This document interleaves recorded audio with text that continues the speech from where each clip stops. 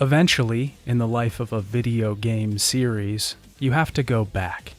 You're obligated to tell the stories of the characters before the games started. This is a difficult task because the fates of said characters are something that the audience already knows.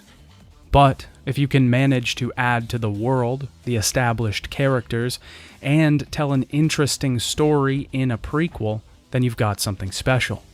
That's what Yakuza 0 aims to do, and it does it very well. It's one of my favorite entries in the series, and a lot of fans put it at the top of their rankings. Yakuza 0 marked the start of a new era for Yakuza, and began its true skyrocketing of popularity in the West. Today, I want to dive deep into Yakuza 0, looking at story, gameplay, mechanics, and everything in between. If you haven't seen my previous videos on the Yakuza series, it would make sense to go back and watch those now, as it will provide much needed context for this entry. If you'd like to support the channel, you can subscribe to my Patreon, where I upload longer versions of my full retrospectives and weekly text updates. If you'd like to support the channel for free, then give this video a like and make sure to subscribe, as it really helps me out. Spoilers for everything Yakuza 0. Hey Dad, it's me, your favorite son, and today I'd like to talk about Yakuza 0.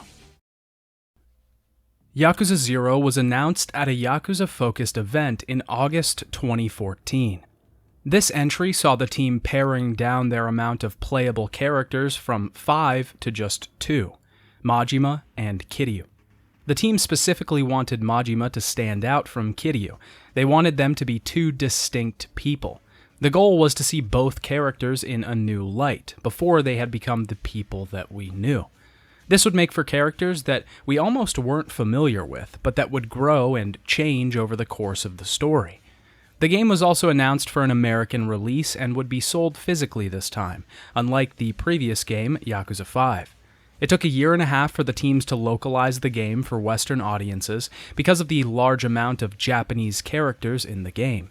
It was also the first game in the series that had localization done by Atlus USA. In the previous entries, localization had been outsourced to a company called Inbound. Inbound worked on the translation for Yakuza 0, and then Atlus refined it and took the localization to the next level. Yakuza 0 was also designed to be a starting place for new fans of the series, and putting in so much effort into the localization made for a better entry place for people who were just getting into Yakuza. Yakuza 0 was released in Japan on March 12, 2015 for the PlayStation 4. It was then released worldwide on January 24, 2017. A few notes before we get into the game. Yakuza is well known for its dramatic, deep, in-depth crime drama main story, but the other big draw to these games are all of the things that you can do outside of that. Because of the large plethora of side activities to get involved in, I'll first look at the story of Yakuza 0, and then at the end of the video, we'll go back to talk about all of Yakuza 0's distractions. The other note is on the version of Yakuza 0 that I played. It was released on PlayStation 3, PlayStation 4, and also on PC over a year after its original worldwide release. I ended up playing the PlayStation 4 version using the backwards compatibility feature of the PlayStation 5.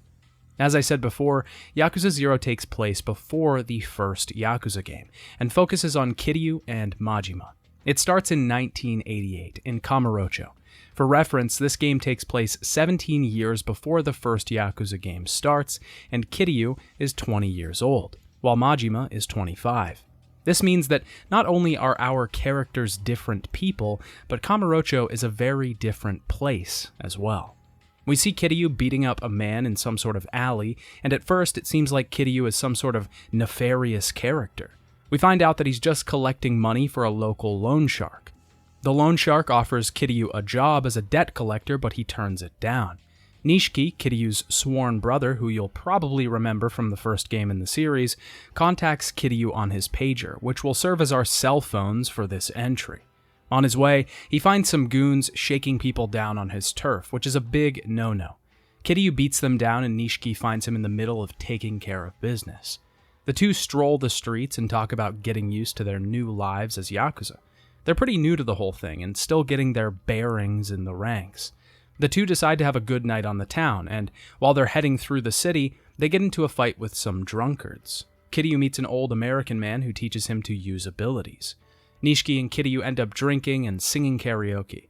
Seeing these two characters 18 years before the events that would eventually mean the downfall of not only their friendship, but Nishiki's life is difficult. You're conflicted because you know that this is long before Nishiki was corrupted, but you know what's going to happen eventually as well. This game will do a lot to contextualize the relationship of these two Yakuza, and it does it to a masterful degree. The next morning, the two are sobering up with some food as they see a report on the news. The man that Kiryu was collecting the money from the night before, Taiichi Kurihara, was found dead. As Yakuza, it's reprehensible to kill civilians, and Nishiki echoes this sentiment. Kiryu says that he roughed the guy up, but he definitely didn't kill him. Kiryu then gets a page from the Dojima family ordering him back to the Dojima HQ. At the HQ, Kiryu meets with the three lieutenants, Kuze, Awano, and Shibusawa. The loan shark that he was working with is the president of Toko Credit, and he called them to let them know Kiryu had beaten the guy up. Kiryu maintains that he didn't kill the man, and the three say that he was shot in the head. This clearly doesn't add up because Kiryu didn't even have a gun, so he thinks that someone must be trying to frame him. There's a bigger problem with the whole murder, though. The boss wants the lieutenants to get him the empty lot, the place that the man was killed in. It's their sole goal right now, and having a murder investigation on their turf makes acquiring the property a lot harder. Getting this property means a lot of money for Dojima, and he's even offering the rank of family captain to the first one that gets it. The other complication with this whole ordeal is that Kazuma, Kiryu's mentor and basically his father, is still in prison. He's the current captain, but because of Kiryu's screw-up, he'll most likely be expelled from the clan. They don't truly believe Kiryu's innocence, or they just don't care. Kuze tells Kiryu to turn himself in by the end of the day and give them his pinky finger. In the Yakuza, there's an act called yubitsume, which translates to finger shortening. The member is forced to cut their little finger off to pay recompense for some grave wrong they've committed. Kiryu knows that he's innocent though, and he can't just let this go. He has to prove himself. He heads to Toko Credit to talk to the president, who was the one that gave him the job in the first place, and the one that told him to rough the guy up. Here, we have to bash our way through some enemies to reach the president's office. They're not too difficult though, and the president doesn't even try to fight. The president doesn't get much information out though, just that he was doing what he was told. Kuze walks in and shuts the man up. Kuze offers Kiryu a proposition. If he brushes aside his loyalty to Kazuma and spies on him for Kuze, then Kuze will help him out. He'll find the real killer, prove Kiryu's innocence, and even get him promotions within the ranks. It's a pretty good deal, especially in Kiryu's position. He's young and even younger in the ranks of the Yakuza, and he's looking down the barrel of prison time already. But Kiryu doesn't accept, because the price to pay is too steep, betraying his father. Kiryu leaves and Nishiki wants him to head to the Kazuma family office to talk to Kashiwagi. He's currently the leader of the Kazuma family while Kazuma is away. Kashiwagi agrees with Kiryu and believes that someone has tried to frame him. Kashiwagi thinks that it was most likely Kuze who's behind everything, or at the very least, he knows what's really going on. Kuze realizes what this whole thing means for Kazuma, and he has a plan. He decides that he's going to suggest that he be expelled from the family. Then Kazuma won't have to take any of the fault for his framing. Also, since he'll be a civilian, he can confront Kuze and get the truth by force. Kashiwagi doesn't want Kiryu to do this because he thinks it's a bad idea. He even strikes Kiryu, but this doesn't deter him. Kiryu plans to go straight to Dojima with the request.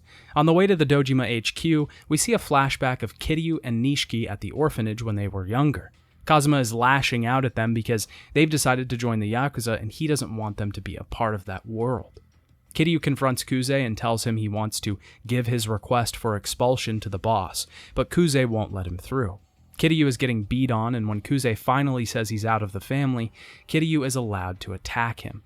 At this point, we have to fight through tons of goons and have our first large raid of the game. Before we get to that, it seems like a good time to talk about combat in Yakuza 0. Yakuza 5 to Yakuza 0 is one of the largest changes that the series has seen to date. It's a massive difference in systems and styles. It functions a lot like Yakuza Kiwami, as this is the first appearance of the separate styles in the series. The basic combat, though, functions mostly the same. We can attack with rush combos and combine those with finishing moves to develop full combos. We can also press the triangle button at certain points when indicated to initiate a heat action. These are particularly outlandish in Yakuza 0 and can get pretty creative. In Yakuza 0, Kiryu can switch between 3 different styles of fighting, each with their own use and distinct flavor.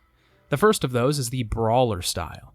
This is the one that I would call the normal style. It's the closest to Kiryu's previous fighting style and is the balanced option of the 3. The rush style is a lot quicker and is much more focused on speed. Attacks are faster but do a lot less damage individually. We can quick step and dodge a lot more than the other styles, and it's made to counter the slower, lumbering enemies.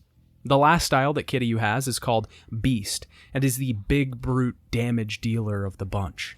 We can take a lot more damage in this style and deliver wide, sweeping attacks, but we're also much slower. The styles each deliver a unique type of gameplay, and are all represented by different approaches to the situation that's in front of you. It can be used to reflect the way that the player chooses to play, or it can be used as a way to counter specific types of enemies. It's a wonderful system that works really well and provides a lot of variety in gameplay. Personally, I used Beast style a lot, just like in Kiwami, but in Yakuza 0, I mainly used Beast style for large groups of enemies, as it was easier to take a lot of them out at once. It wasn't super effective at taking out bosses though, so I would use Brawler or Rush for that, depending on the situation. Yakuza 0 has also changed its upgrade system dramatically. We still have a plethora of abilities that can be unlocked, but there is no level system in this entry. We don't level up like normal and get skill points, soul orbs, or experience. Instead, we use cash to unlock new abilities, which are represented with a skill tree for each fighting style. The reason for this, and the genius of Yakuza 0's systems, lies in its time period. Yakuza 0 takes place during the late 80s in Japan, which happened to be a time of great affluence for the country. During this era, Japan was seeing a miracle of economic growth and money was flowing. Because of this, everything in Yakuza 0 revolves around money, even the abilities. Some abilities can even cost up to 500 million yen, but don't worry, the game provides us with plenty of ways to get that kind of cash. Yakuza 0's combat is pretty great overall, and I think it acts as a general improvement for the series, especially the skill trees. One of my issues with the previous entries is how narrow your choice is for skills. With the new system, we can look ahead to see what we can unlock and choose certain improvements over others. My only large complaint with this entry is that it's incredibly easy. This was one of my first Yakuza games, so I haven't played it for a few years, and coming back to it after playing games like Yakuza 3 and 4 is really odd because I don't remember it being this easy. I assume they lowered the difficulty to further cement it as a new entry point for fans, but most of the game isn't a challenge at all. We have a really long stretch of fighting our way up the Dojima HQ. At certain points in the journey, we'll encounter Yoneda, one of Kuze's goons, who just won't stay down. When we find Kuze at the top, he won't talk and wants to fight. It's our first boss of the game, and he's very easy.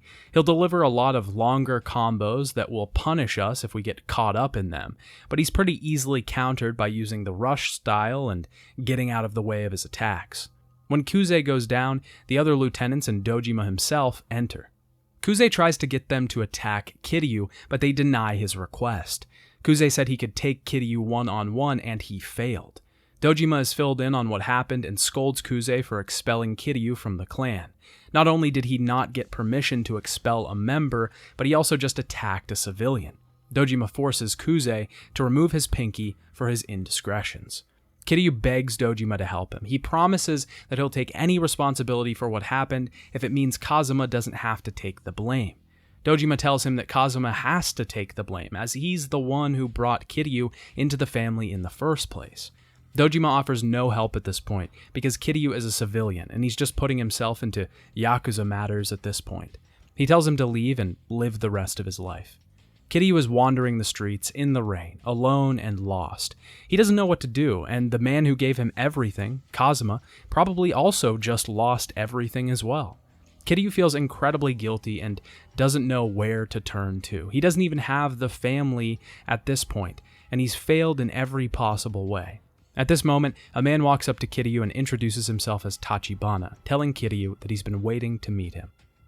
Kiryu heads to Tachibana's office with him. The strange man tells him that he's in real estate and he too has an interest in getting the empty lot. On top of that, he happens to know everything about Kiryu, his upbringing, his time in the Yakuza, and basically everything. He wants to get the lot, and it's in Kiryu's best interest as well. If the lot goes to one of the lieutenants, they will become captain and expel Kazuma from the family. Tachibana also offers to prove Kiryu's innocence along the way. Oh yeah, and he has a prosthetic hand for some reason. Kiryu is pretty reluctant to trust this man at this point, because he isn't sure what his motives are, but he takes his business card anyways. Kiryu meets Nishiki at the Kazuma family office. He tells Nishiki everything, and his friend invites him inside. He thinks that Kashiwagi might be able to help, but Kiryu is a civilian now, and he decides he should just keep his distance from everyone for a bit. We head back to Kiryu's apartment, which is a quaint little place. Nishiki shows up later anyways and said he told Kashiwagi everything that happened. Nishiki says that Tachibana is a pretty prominent figure in Kamurocho. Apparently even the Yakuza are hesitant when it comes to dealing with the man. He buys up tons of property and pushes out the residents at all costs. Kiryu decides to do his own research around the town the next day. We have to make our way around the city at this point and find people who know about Tachibana real estate. We eventually stumble upon a cafe owner who is being harassed by some Yakuza. He was originally paying them for protection, but when Tachibana came along, they were nowhere to be found. They don't deal with Tachibana, and the cafe owner decides to decline their services. Kiryu asks him about the mysterious man, and he says that when Tachibana sets his sights on you, he doesn't stop. His people know every little detail of your life. The cafe owner points Kiryu to the Hakuya building on Shichifuku Street, where he met the man that works for Tachibana. The building is mostly abandoned at this point, and there's only one real business left in operation there. It's a small bar, and the owner tells Kiryu exactly what happened. The Jinsai family were offering protection in this area, and one day, Tachibana Real Estate scared them all off. They came around and announced that they owned the building and wanted everyone out. Most of the businesses ran away as soon as they figured out it was Tachibana. Just then, some Tachibana men show up, led by a man named Oda. He offers the man 2 million yen to leave and keeps piling on stacks of money. The man keeps refusing, and when things are about to come to violence, Kiryu steps in and scares the guys off. The man reveals that he was just holding out to get more money and it had nothing to do with principle or making a point. On his way out, Kiryu talks to some of the homeless men in the building. Most of the homeless in the town work for Tachibana. Kiryu wants more information and the man points him to the public park.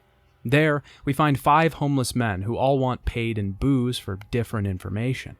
We have to get 5 different kinds of specific liquor to satiate their palates. Doing this requires hunting all over town at the various convenience stores in the area. Eventually, they tell us that the homeless are hired to camp out at businesses and make themselves a nuisance. This is used to push business owners out and makes pretty easy money for the homeless men. The Tachibana men like to work around the Champion District often, which is full of bars and probably a good place to push business owners out of. When Kiryu arrives, some locals from the area think he's there to push them out, so they attack him. We beat them down, and they won't give up information about Tachibana. They claim that he's protecting them from being run out by the Yakuza. Oda shows up and agrees. He wants to know why Kiryu is investigating them. Kiryu tells him about his encounter with Tachibana, and Oda wasn't aware of it. He recommends that he ask Tachibana all about the company himself. Before he leaves to meet with Tachibana again, Oda says that they're protecting residents from being pushed out by the Yakuza, as Tachibana actually cares about this city. Oda explains that the residents at the Hakuya building had all pushed out the previous residents who had been there for ages, so basically, they deserved it. When Kiryu arrives at the offices to meet with Tachibana, the guards won't let him in. They say that someone upstairs gave them his description and warned them to not let him in.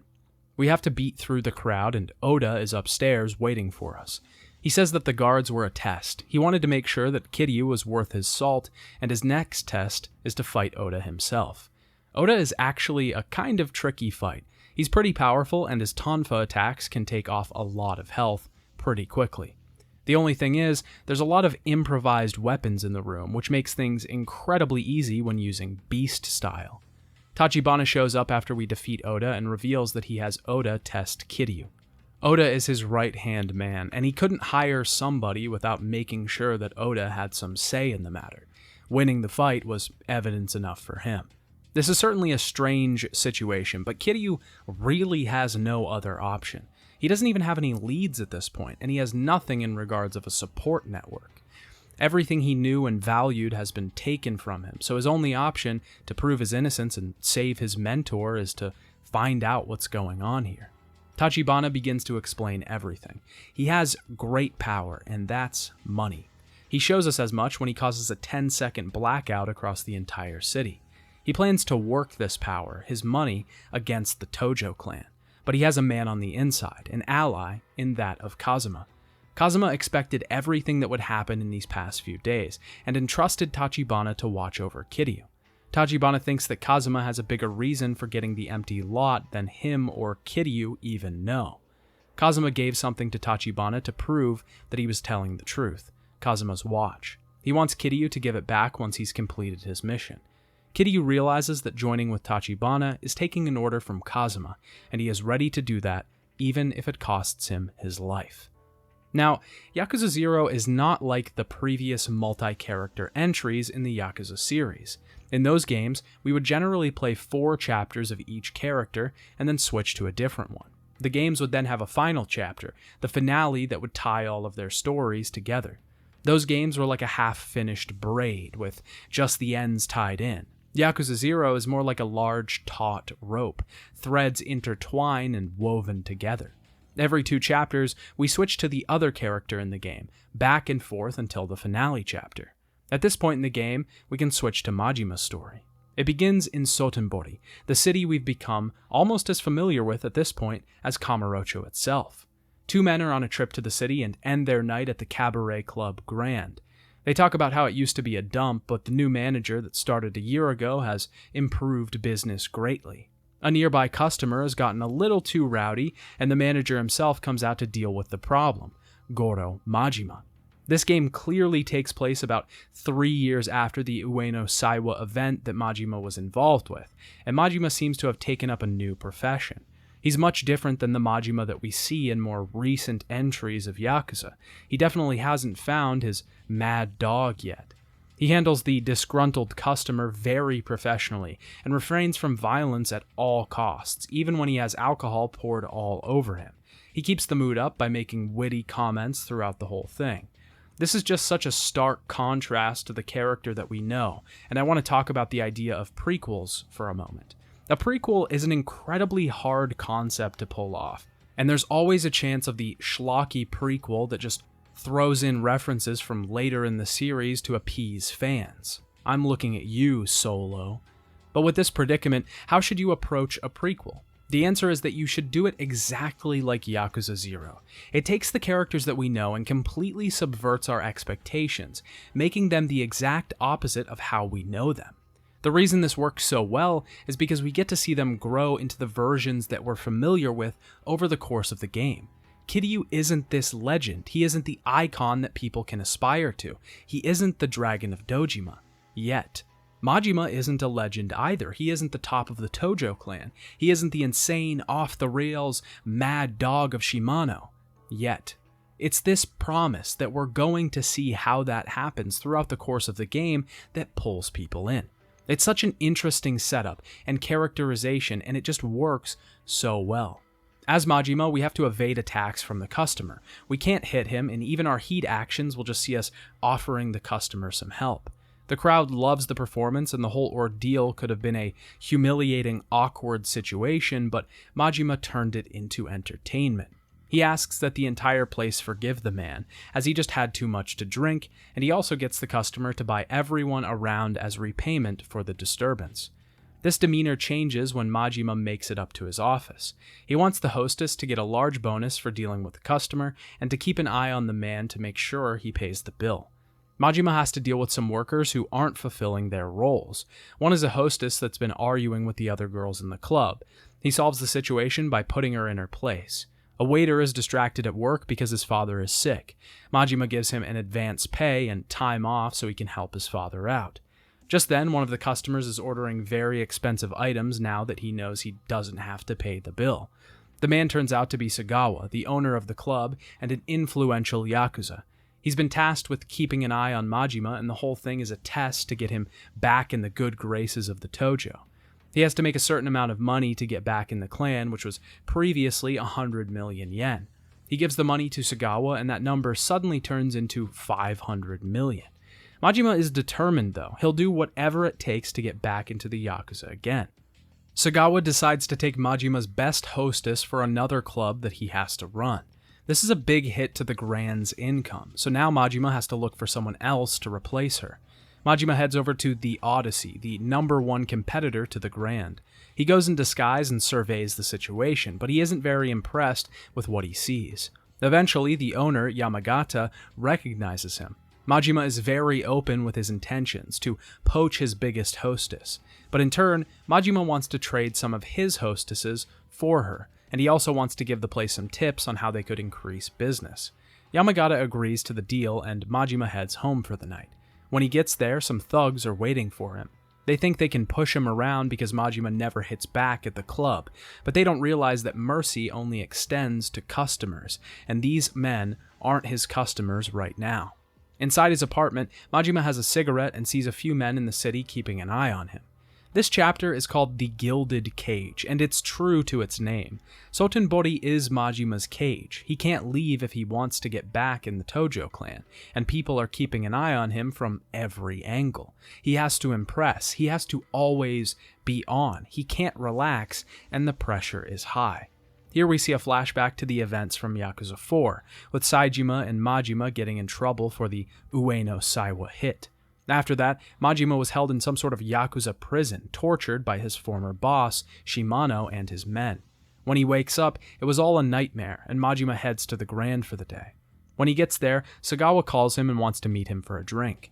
Majima is sure that there's some sort of ulterior motive here, but he isn't sure what. Sagawa wants to know why Majima wants back in the Tojo clan so bad. He tells him that he wants to be there when Saejima gets out. He wants to greet him as his sworn brother. Sagawa doesn't understand this, as his sworn brother is Shimano, but he says that he would never die for him. Sagawa finally gets to the point and asks if Majima would kill to get back into the Tojo.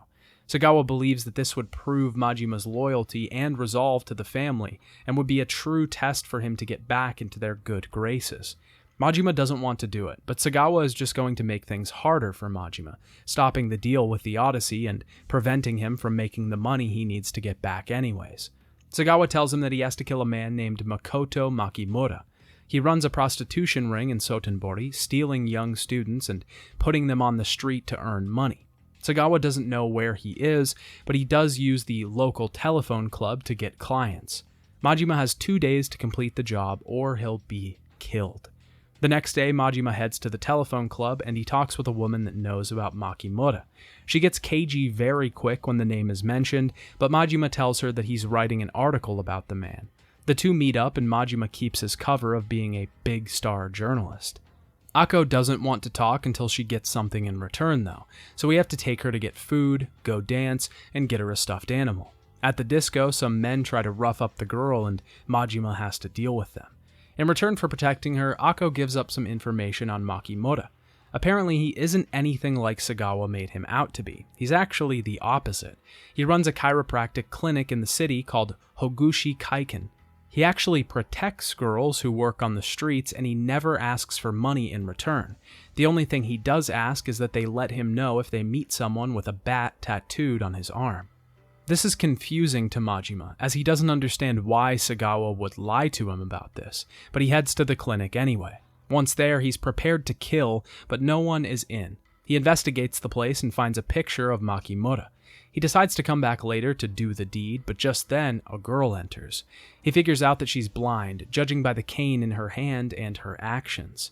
He decides to try and slip out unnoticed, but he bumps into her in the hallway.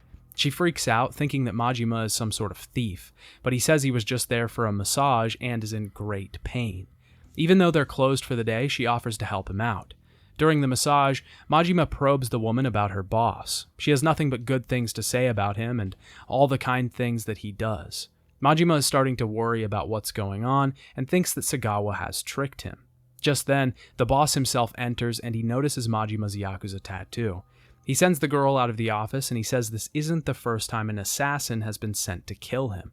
Majima calls him Makimura and he's confused. He's not sure where Majima heard that name, but he's ready to fight. Before we get into our first big boss battle of Majima's story, we should talk about his combat style. Majima is similar to Kiryu in that he has 3 distinct styles that he can use. The first is his thug style. This is pretty similar to Kiryu's brawler style in its use. It's an all-around balanced sort of style that lends some decent damage with good defense and movement.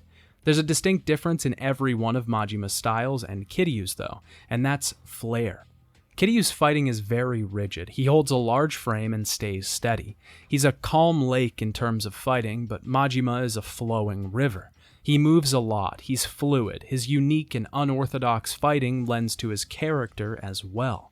Just as we've seen in his previous appearances throughout the games as a boss battle, he brings that sort of mad dog energy in his fighting approach. Majima's counterpart to Kiryu's rush style is his breaker style. This one is pretty similar to Rush in that it's all about speed and movement. This one is based around the break-dancing craze in Japan during the 80s. This one can be used for major crowd control though, especially when Majima spins on his head, using his legs to attack. The last style Majima totes is the Slugger style. This is most similar to Kiryu's Beast style. We see a stronger Majima that constantly wields a bat. He delivers powerful attacks with his weapon and can provide large swipes that punish enemies thoroughly. The downside of this is that Majima can't do any sort of grab attacks in this stance. Overall, I think I used Slugger the most because it deals with crowds of smaller enemies very easily. I generally tried to use the Thug style for bosses, but Slugger is much more proficient at single target damage than Kiryu's Beast style is, so it was a viable option. I didn't use the Breaker style very much at all, as I found it kind of odd and it just didn't give me results like the others. With all that being said, the Massive Man is kind of an awkward fight. He's not very difficult, but the environment makes it hard to fight him. We are trapped in this tiny little room and we don't have a lot of space to work with. Some Omi men interrupt their fight and are looking for Makimura. Majima is confused because Makimura is standing right in front of them. Eventually, they call the man by his real name, Wenhai Lee. The girl enters at this time and we realize what's actually going on. Makoto Makimura is really the girl, and this man has been using her name to protect her. The Yakuza take her and shoot Lee. Lee saves Majima from getting shot and we defeat the men there before heading out to rescue the girl. We find Makoto on the streets and we have to lead her around. There are a ton of Yakuza patrolling the area, and if we get caught in their sights, we have to battle them. We want to avoid this though because Makoto has a health bar here, and during battles she can actually take enough damage that we get a game over. We can avoid the groups of Yakuza by hiding in crowds. Majima eventually gets the girl out of harm's way near his apartment, but she collapses and begins sobbing. Not only is being chased by tons of Yakuza that want to kill you terrifying, but she's blind as well. She has no idea what's going on and has completely resigned herself to Majima. Majima's second chapter ends with him staring at his dagger, conflicted as he realizes that he still has to kill her. At this point, we jump back to Kiryu, and Yakuza 0 has a neat little feature that provides a short recap as you're switching characters so that you don't forget what happened in between chapters. Kiryu is at the batting center with Nishiki, discussing his new job with Tachibana. He's basically a real estate worker now, and he needs some new threads for the job so he doesn't look like a Yakuza. He gets a new suit, which is almost just as Yakuza as before, if not more. Kiryu has to meet with Oda today for basically a training session. They meet with an old man who has some squatters living in his place of business. We get this really funny sequence where we have to choose what Kiryu should do or say, and even have a quick time event to give a business card. Yamanoi, the old man, says the squatters at his place won't leave, and they're backed by Yakuza. Oda wants to deal with the situation, but we have to get a gift first. The two enter the building and talk to Tsuji, the man squatting there. He doesn't want to budge and won't reveal the Yakuza that are protecting him. The Yakuza reveal themselves once we're outside, though, and Kiryu has to fight them, as they're asking a ridiculous amount to get them to leave. After the battle, they reveal they're with the Tai-Hai Association, Awano's men, one of the Dojima family lieutenants. With the Yakuza defeated though, Tsuji leaves the place. Oda sends Kiryu to go report to Yamanoi and meet with Oda at Sedana when he's done. Kiryu meets Nishiki at Sedana, surprised to find him there. It turns out he's a good friend of Reina, the woman who owns the place. We're seeing the origin of the boys finding their watering hole.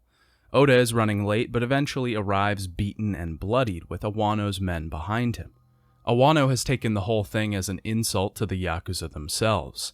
Kiryu left the Yakuza and immediately joined up with Tachibana. Nishiki gets mouthy and Awano slams his head against the bar. Kiryu is forced into a confrontation when Okabe, one of Awano's men, starts talking bad about Nishiki. Awano confronts Kiryu outside and Kiryu tries to use fists to solve it, but Awano won't let him. He tries to get some information out of Kiryu and figures out that Kazuma is involved with Tachibana, but they don't know who owns the empty lot yet. He warns Kiryu here that if he doesn't give him Tachibana, his friends are going to get hurt, and they'll hunt him down. After Kiryu tells him what happened, Oda has his reservations. He thinks Kiryu will give Tachibana over to the Yakuza to clear his name. This causes Oda to call Tachibana and tell him to hide, and not tell anyone where he is. Kiryu makes it clear that he doesn't plan to give over the man, and Nishiki protests this strongly. Kiryu heads to the empty lot on his way home and finds Tachibana there anyway. He tells him that even though it seems like it, the situation isn't that dire. He has found no evidence to link Kuze as the one behind the framing, so it must be another in the Dojima family. Tachibana leaves and tells Kiryu to lay low for a bit. Shortly after this, we meet a man who gives us the cash confetti ability. This allows us to throw a pile of cash out when enemies are approaching in the streets. This will distract them and cause them to go for the cash instead of us, avoiding random encounters if we so choose. This was a welcome addition to this entry, especially after the absolute catastrophe that was random encounters in Yakuza 5. I think the option to avoid them should always be there, especially since Yakuza is trying to cater to such a wide audience. There are some people that play these games just because of the story and want to beeline through that. There are some people that play these games just for the side stuff and want to get to that as quick as possible. There are even some people that just enjoy the culture presented in the atmosphere of the game. No one plays Yakuza to get into as many random encounters as possible. Kiryu also kills some time here as we're introduced to the cat fights minigame, which we'll talk about more in the distractions section. After Kiryu gets back to his apartment, we see the lieutenants of the Dojima family meeting. They assume that Kiryu will not be giving up Tachibana anytime soon and gets permission from Dojima to start a hunt for Kiryu. Kuze wants him kept alive so he can make him kneel before he kills him. They also make sure to tell Kashiwagi and Nishiki that they want their help. In the city, we're accosted by tons of Dojima family members. We have a time limit to defeat each group of enemies so that we can get away before reinforcements arrive, and we're surrounded. I won't say that Yakuza 0's combat system is my favorite, but it is really good. The main thing that's on full tilt here is the satisfaction in fighting. It's always been extremely pleasing to just wipe out a group of enemies, but with the UI changes and system upgrades, it's as satisfying as ever.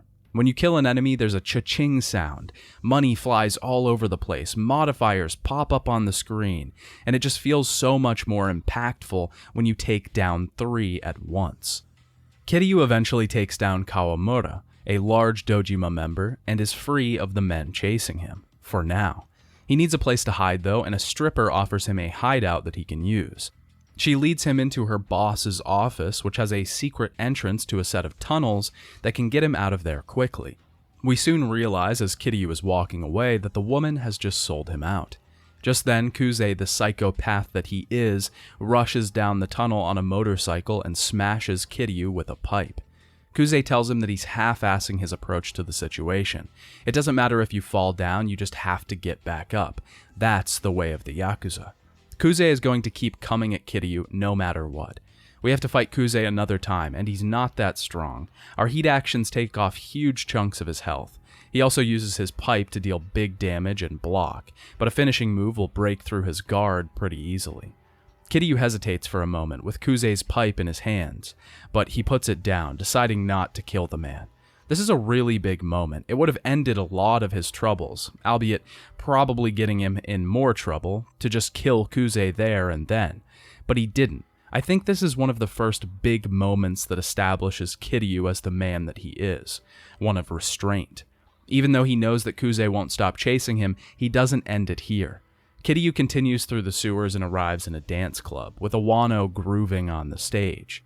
Awano tries to tempt Kiryu again with money and ending all of this. The only payment he requires is turning in Tachibana. Kiryu refuses yet again, and Awano reveals that he knows about Sunflower Orphanage, the place that Kiryu and Nishiki came from. He says that he gave the old caretaker a ton of money, and it would be a shame if anything happened to the place. This is when Awano stops being nice and loses it. He pulls a gun on Kiryu and tells him he virtually has an army outside. Kiryu basically tells him he would rather get shot and die than work for Awano. Awano doesn't understand but lets Kiryu go. Outside, Kiryu prepares to be shot by the men waiting for him, but there's not a single Yakuza there. Nishiki arrives and tells Kiryu to get in. He's decided after everything they've been through, he can't neglect to help Kiryu, even if it means his own fate. Kiryu falls asleep in the car at this point, a long day of being chased around the city. When he wakes up, Nishiki has taken him to a spot in the middle of the woods. Nishiki says he just drove until they got to a dead end. He doesn't know where they are. They get out and he gives Kiryu a smoke. He tells him to enjoy, because it's going to be his last. At this point, Nishiki pulls a gun on Kiryu. He explains that even though he doesn't want to kill his sworn brother, he wants this to end.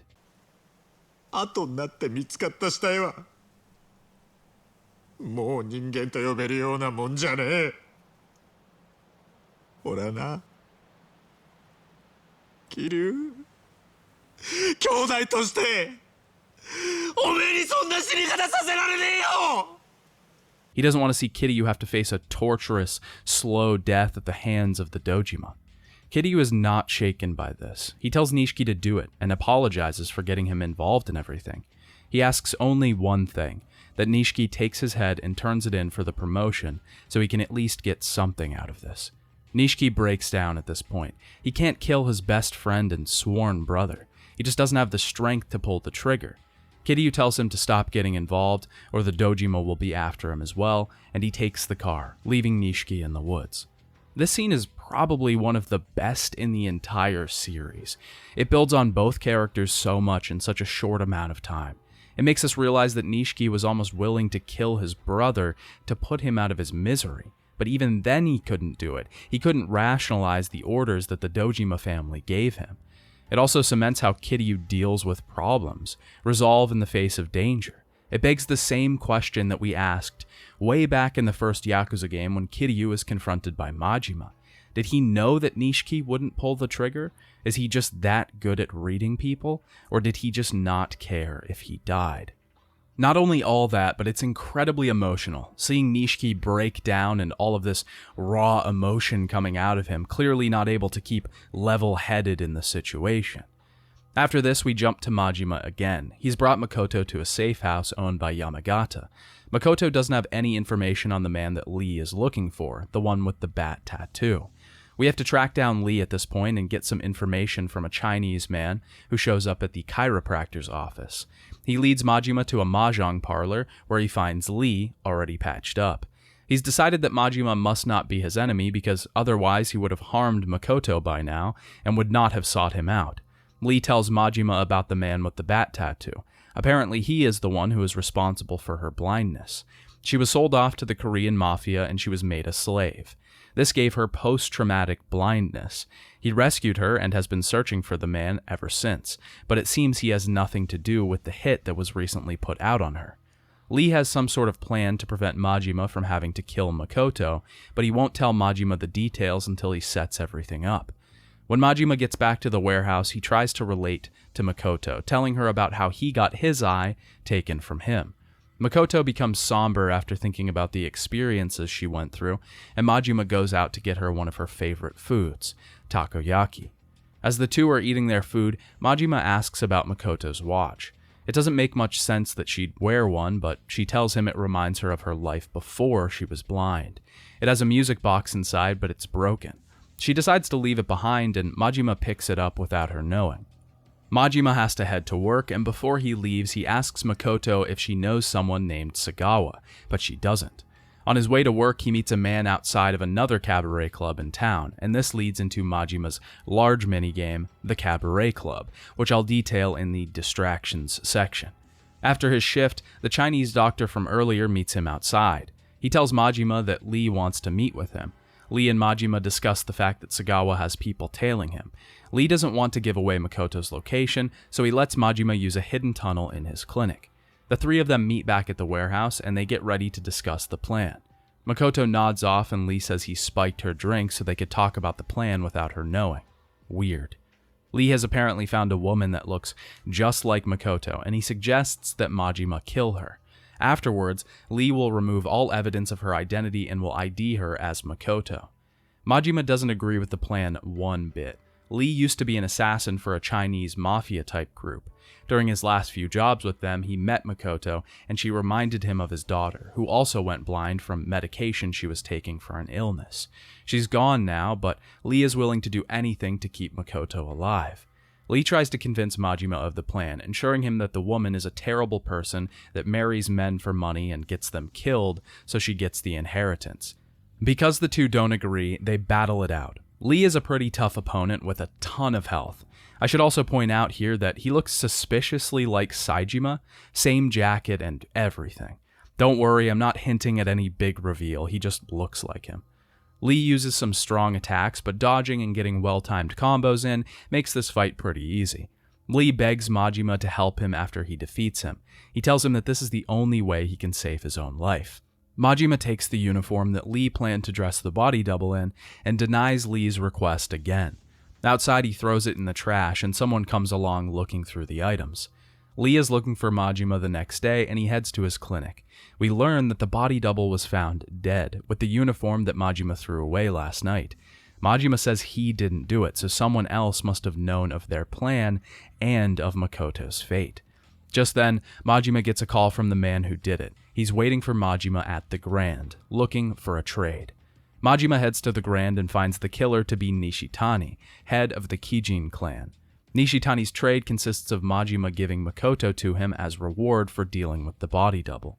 He says he won't kill her, he just wants to talk, but Majima doesn't believe him. He wants to fight Majima, but Majima can't hit a customer, so Nishitani calls the police and tells them he's robbing the place. Nishitani is an extremely odd fight. His movements are even more obscure and strange than Majima's. The oddest thing that he does is fake being downed and crawl backwards across the ground when we get close to him, slicing his way across the floor.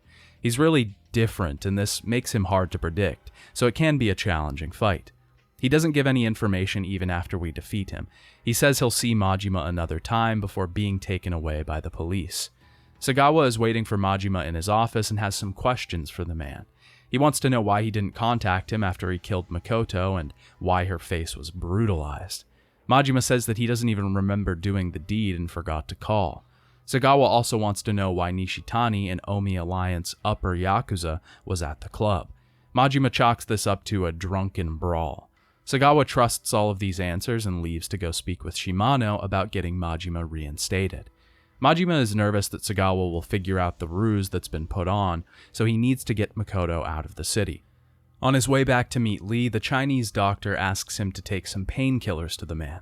Back at the warehouse, Makoto is finally fed up with being in the dark. She wants to know what's going on and why Yakuza are after her. Majima tells her about Nishitani and the Omi Alliance that are trying to get her.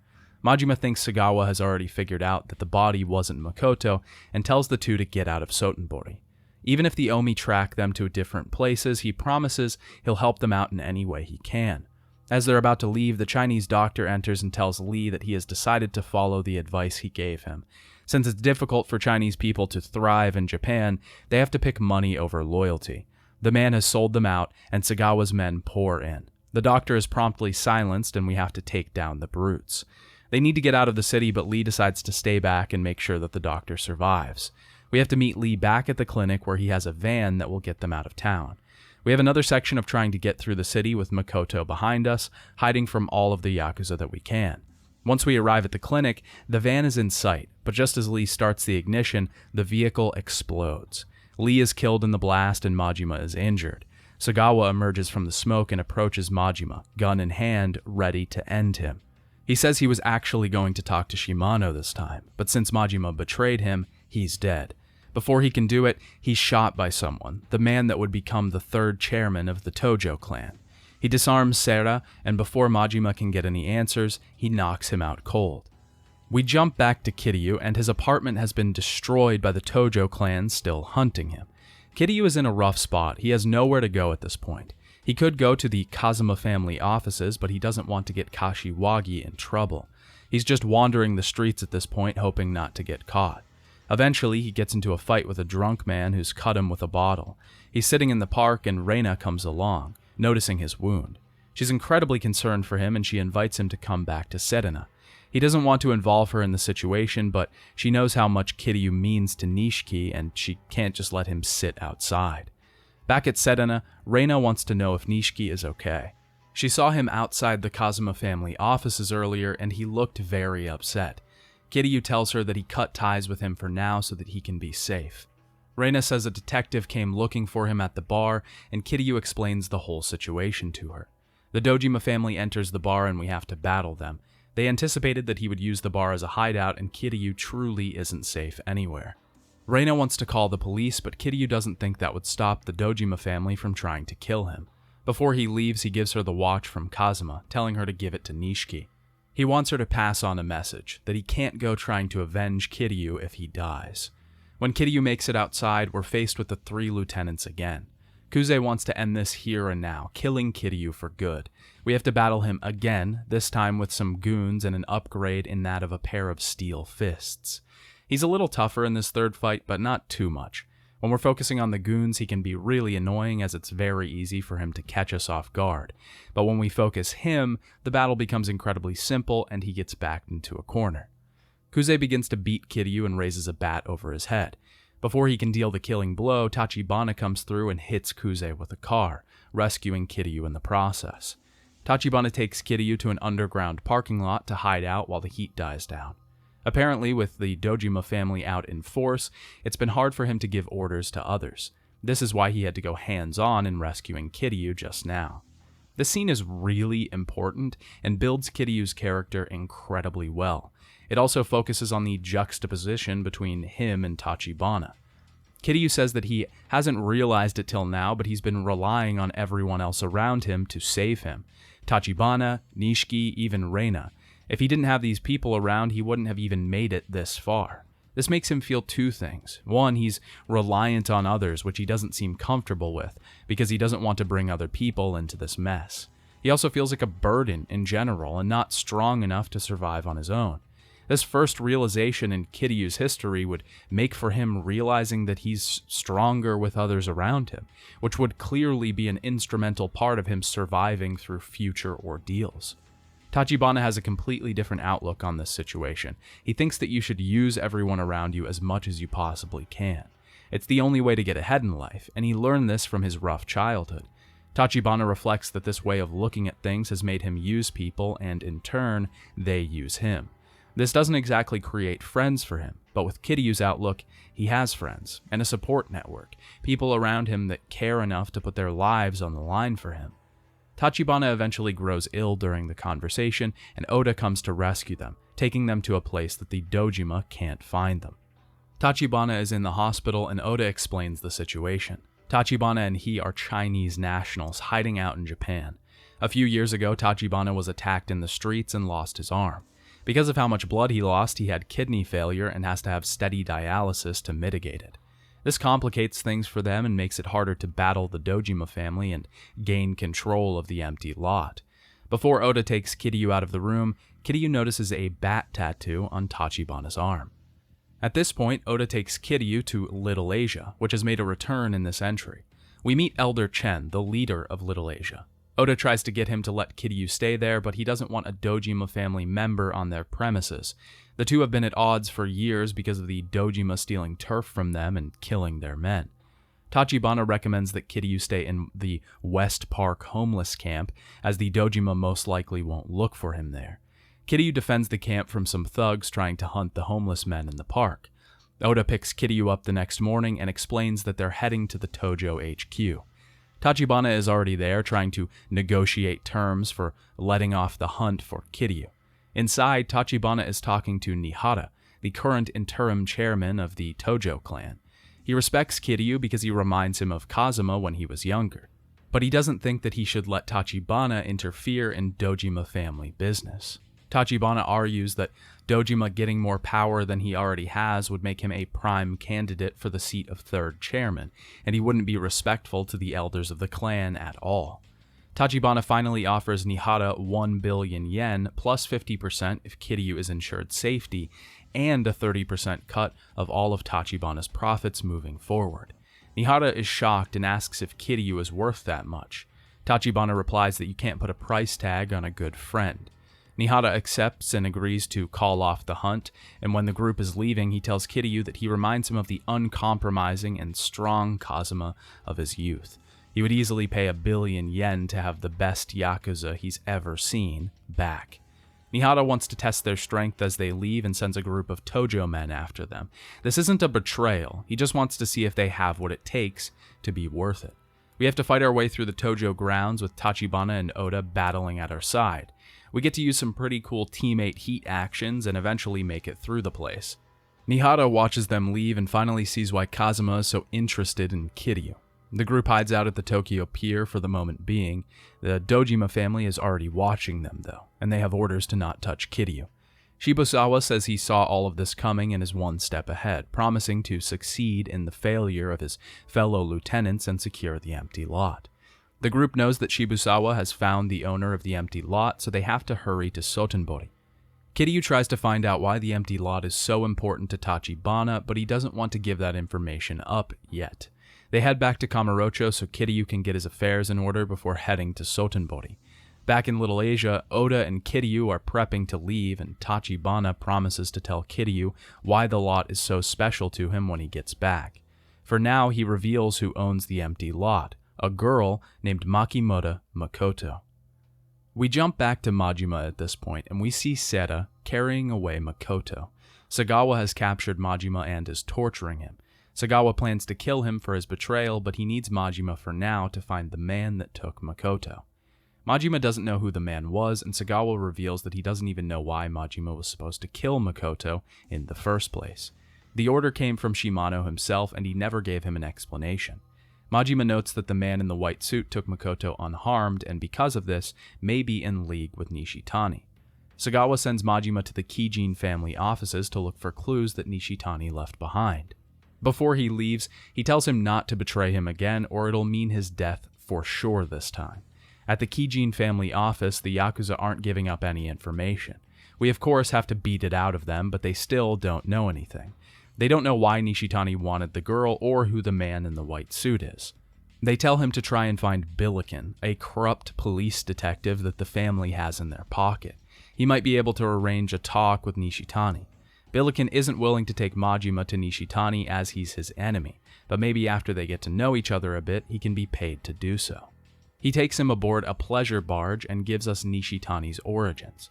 Billiken adopted Nishitani when he was young, and he had already killed someone by the time he was in high school. He was born to be a Yakuza. Billiken takes Majima through an underground elevator and eventually into the river Styx. The place was built during the war, but they've since become the location of the new underground fighting ring. Billiken has started the ring himself. He takes criminals that are incredibly powerful and has them fight in the ring. If they can survive as fighters for 1 year, they can go free. No one has earned this reward yet. He wants Majima to fight 3 matches in the ring to prove himself, and if he does, he'll take him to Nishitani. Our first battle is against the Yakuza Joker. I'm the Joker, baby! Who's a pretty weak opponent. The second is against Dr. Kirihito, who's even weaker, and the third against Dead Puncher, who just has a ton of health. Billiken agrees to fulfill his end of the bargain, but tells Majima that Nishiki killed a kid in high school as revenge for him. Billiken's daughter was murdered at a young age by a minor who was given no consequences because he couldn't be tried. Nishitani got revenge for the man by killing the minor and eventually became a higher-up Yakuza. Inside the prison, Nishitani is being treated well. It's revealed that he really went to jail to get away from Sagawa and make sure he wasn't killed. Since he owns a lot of the cops, he has it pretty comfy in here. He might know who the man in the white suit is, but he definitely knows he isn't a friend. He thinks a third party is interested in taking Makoto, but before he gives more information, he wants a good battle from Majima. We have to fight Nishitani in his cell, which is pretty similar to before. He has a bunch more health now, but it's mostly the same battle. Nishitani thinks the Nikio Consortium kidnapped Makoto. They are a gray ops company that's employed by the Tojo. He thinks the man in the white suit is Masaru Seda, and spoiler alert, he's right. If you've played the first Yakuza game, then this would be clear, as he's already the chairman of the Tojo at that time. The whole thing is complicated because Nishitani was getting his orders from the Dojima family, specifically Shibusawa. Majima was getting his orders from Shimano, and now the Nikio Consortium has also been hired to get the girl. This means that 3 different factions of the Tojo are looking for her, and these 2 aren't sure why. Nishitani and Majima decide to team up and head to the consortium, hopefully being able to backstab Shimano and Sagawa in the end. Majima truly cares about this girl, and decides that all he wants in the end is to give her a good life. Nishitani relates to this and tells him that the Nikio are hiding out at the Benton Inn. Majima tells Nishitani that he's not going to give Makoto to him when they find her, and Nishitani says they'll figure that out when the time comes. When they step out of the cell, which wasn't locked in the first place, a Tojo clan member arrives, shooting Nishitani. Nishitani ends up sacrificing himself so that Majima can get away and goes out guns blazing. Majima is chided upon returning to Sotenbori by Sagawa. He doesn't like that he left and kidnaps him for it. He tells Sagawa everything that Nishitani told him, and Sagawa replies that they'll be going to find the Nikio Consortium. The 2 arrive at Camellia Grove, a place of true vice and villainy. The 2 split up to cover more ground, and we have to make our way through the place. It's an odd environment for sure. We're going up against masked thugs and even some wearing kimonos, but the whole place is extremely stylized and makes for a great battleground. At the top of the building, Sera is waiting for Majima. Sera doesn't want to kill Majima, and he doesn't even truly consider him to be an enemy. He understands now why he was considered one of the best of Shimano's family. Sera doesn't want them to be enemies, but he tells Majima that Makoto has already been handed off to someone else to keep her safe. Majima just wants to protect the girl, but before Seda reveals where she is and why she's important, he wants Majima to prove himself further. Seda is one of the more difficult battles in the game, which, to be honest, really isn't saying much. He's a slick fighter, he's smooth and calculated. He doesn't deal in any of the flashy nonsense that others do. He moves distinctly, but that doesn't mean he's weak. His punches are powerful and deal a ton of damage. Eventually, we take him down, and Seda deems Majima worthy of protecting Makoto. He reveals that Makoto is under the protection of someone in Kamurocho, the head of a real estate firm, presumably Tachibana. She was gifted the empty lot in a will, and everyone in the Tojo clan is gunning for the piece of land because it will bring them great power and influence. Seda ensures Majima that Makoto is safe. He doesn't want to harm Makoto, and neither do his partners.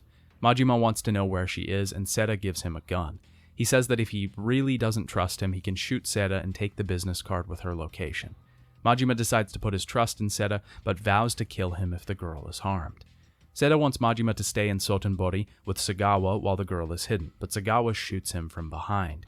He takes the business card and gives it to Majima. He sees the Tachibana real estate name and the name of the agent on the card, Kazuma Kiryu. Sagawa now wants the 2 to head to Kamurocho and find the agent who has Makoto.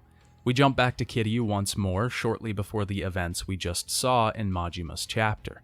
Oda is going to talk with some of his old contacts, and Kiryu is supposed to head to the CAL videos and wait for a call from Seda to arrange the handover of Makoto. While waiting for the call, the clerk reveals that he was part of Oda and Tachibana's small gang back in the day. Apparently the gang was run by Oda, but Tachibana and him butted heads over the leadership. Tachibana used to be a real powerhouse back in the day before he lost his arm, and Oda was so impressed with his strength that he begged the man to lead them. Tachibana was the son of a Japanese war orphan in China and was bullied as a child. Because of this, he found family in the Chinese mafia and was bred to be involved in the criminal lifestyle from a very young age. Oda shows up during their conversation and tells the clerk to return to the front of the store. Oda says the tale was a bit of a tall one, that he didn't exactly admire Tachibana as much as the clerk said. Apparently they've learned of the Makoto body double that was found dead, and the Omi and Shibusawa's men are out in full force looking for her.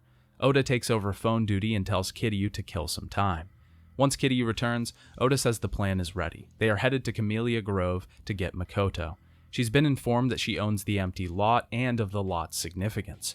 She wasn't aware of the will. Apparently, her grandfather died and gave it to her, but she was on the run at the time and no one could contact her. As soon as they get Makoto, they have to get her to a safe place as fast as possible, and Oda makes it clear that he will prioritize her safety over everything else. Kiryu finally meets Seta, and he wants to make the meeting quick as they don't have much time. Seta introduces Makoto to Kiryu.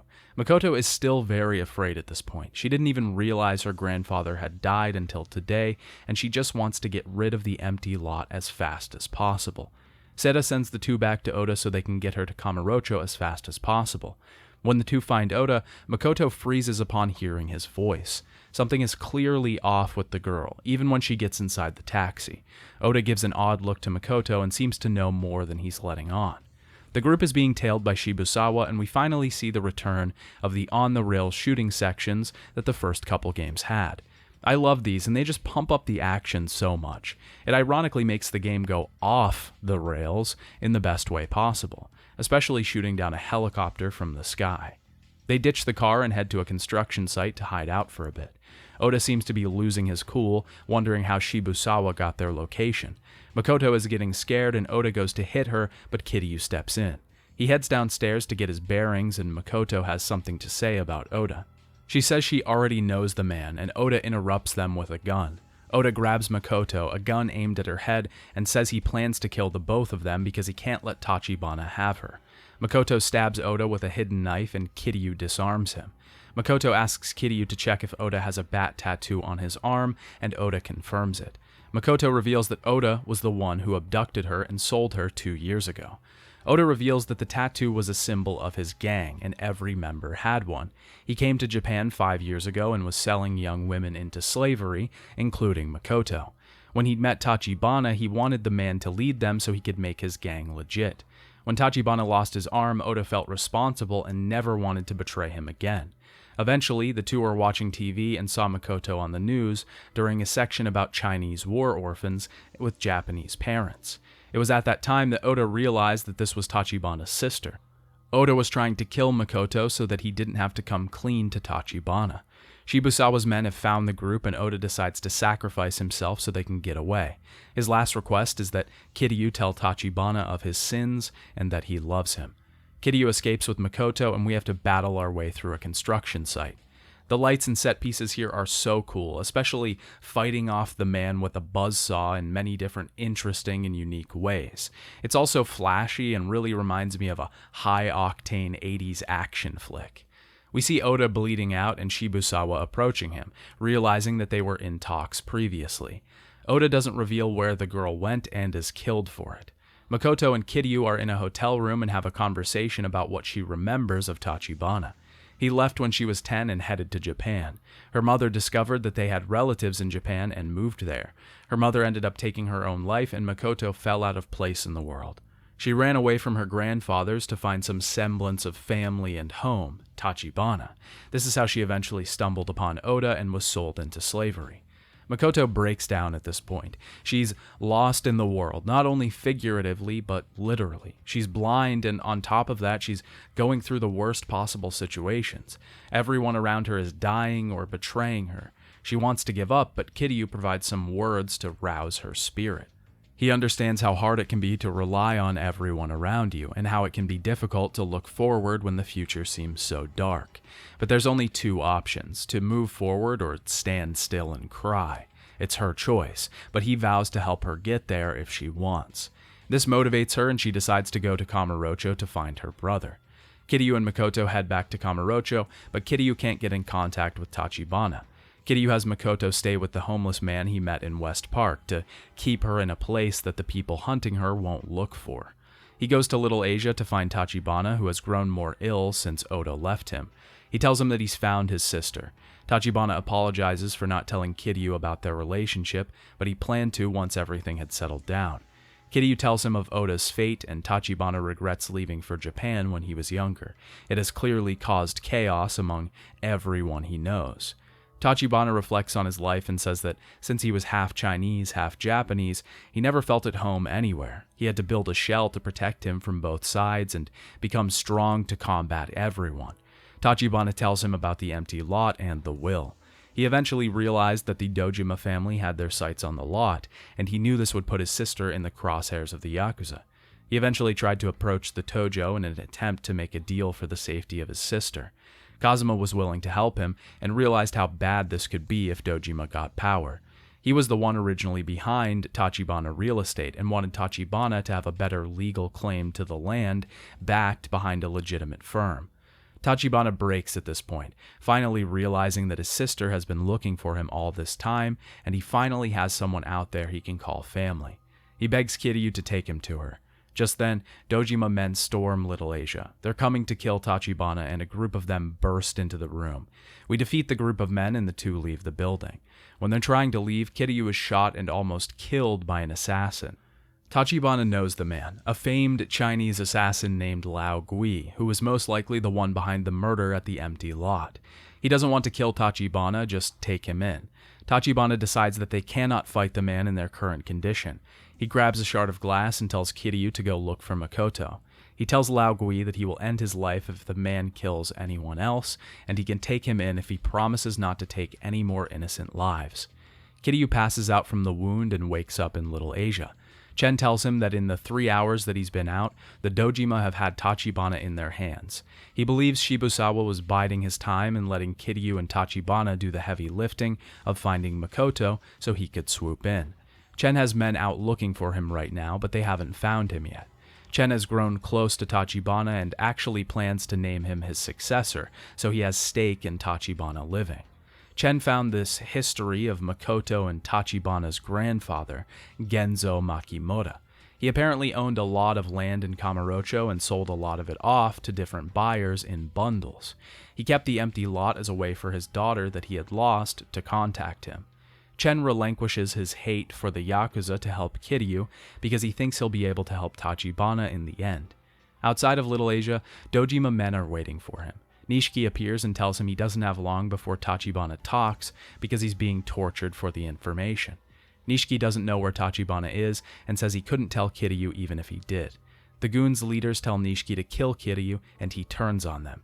Nishiki doesn't care about the Yakuza anymore. Not if it means he has to get better positions without Kiryu by his side. Nishiki joins Kiryu and the two battle the goons together, shirtless, like Yakuza do.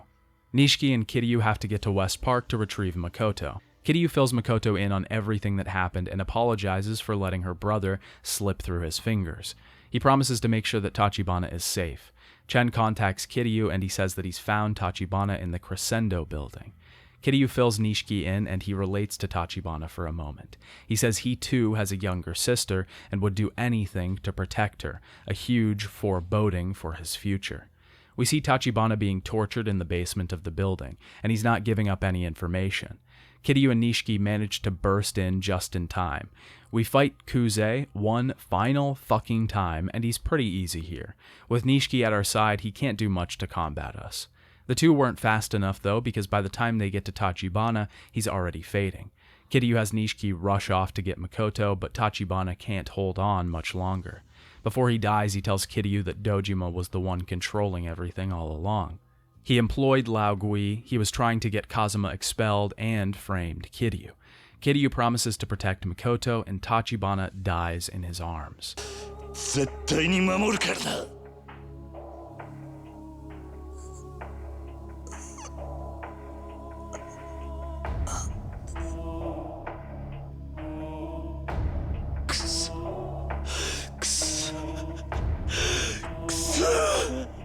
Kuze is awake now and apologizes. He was just following orders. Apparently the situation has grown even worse because a traitor in the Tojo clan is trying to sell the land to the Omi Alliance, thus giving them a major foothold on Tojo territory. Kiryu doesn't care at all and tells Kuze as much. そいつが誰なのかまだわからねえ。ただそういう動きがあるのは確かだ。もし彼の一つを近江連合が手にすれば奴らは再開発計画が乗っ取れる。東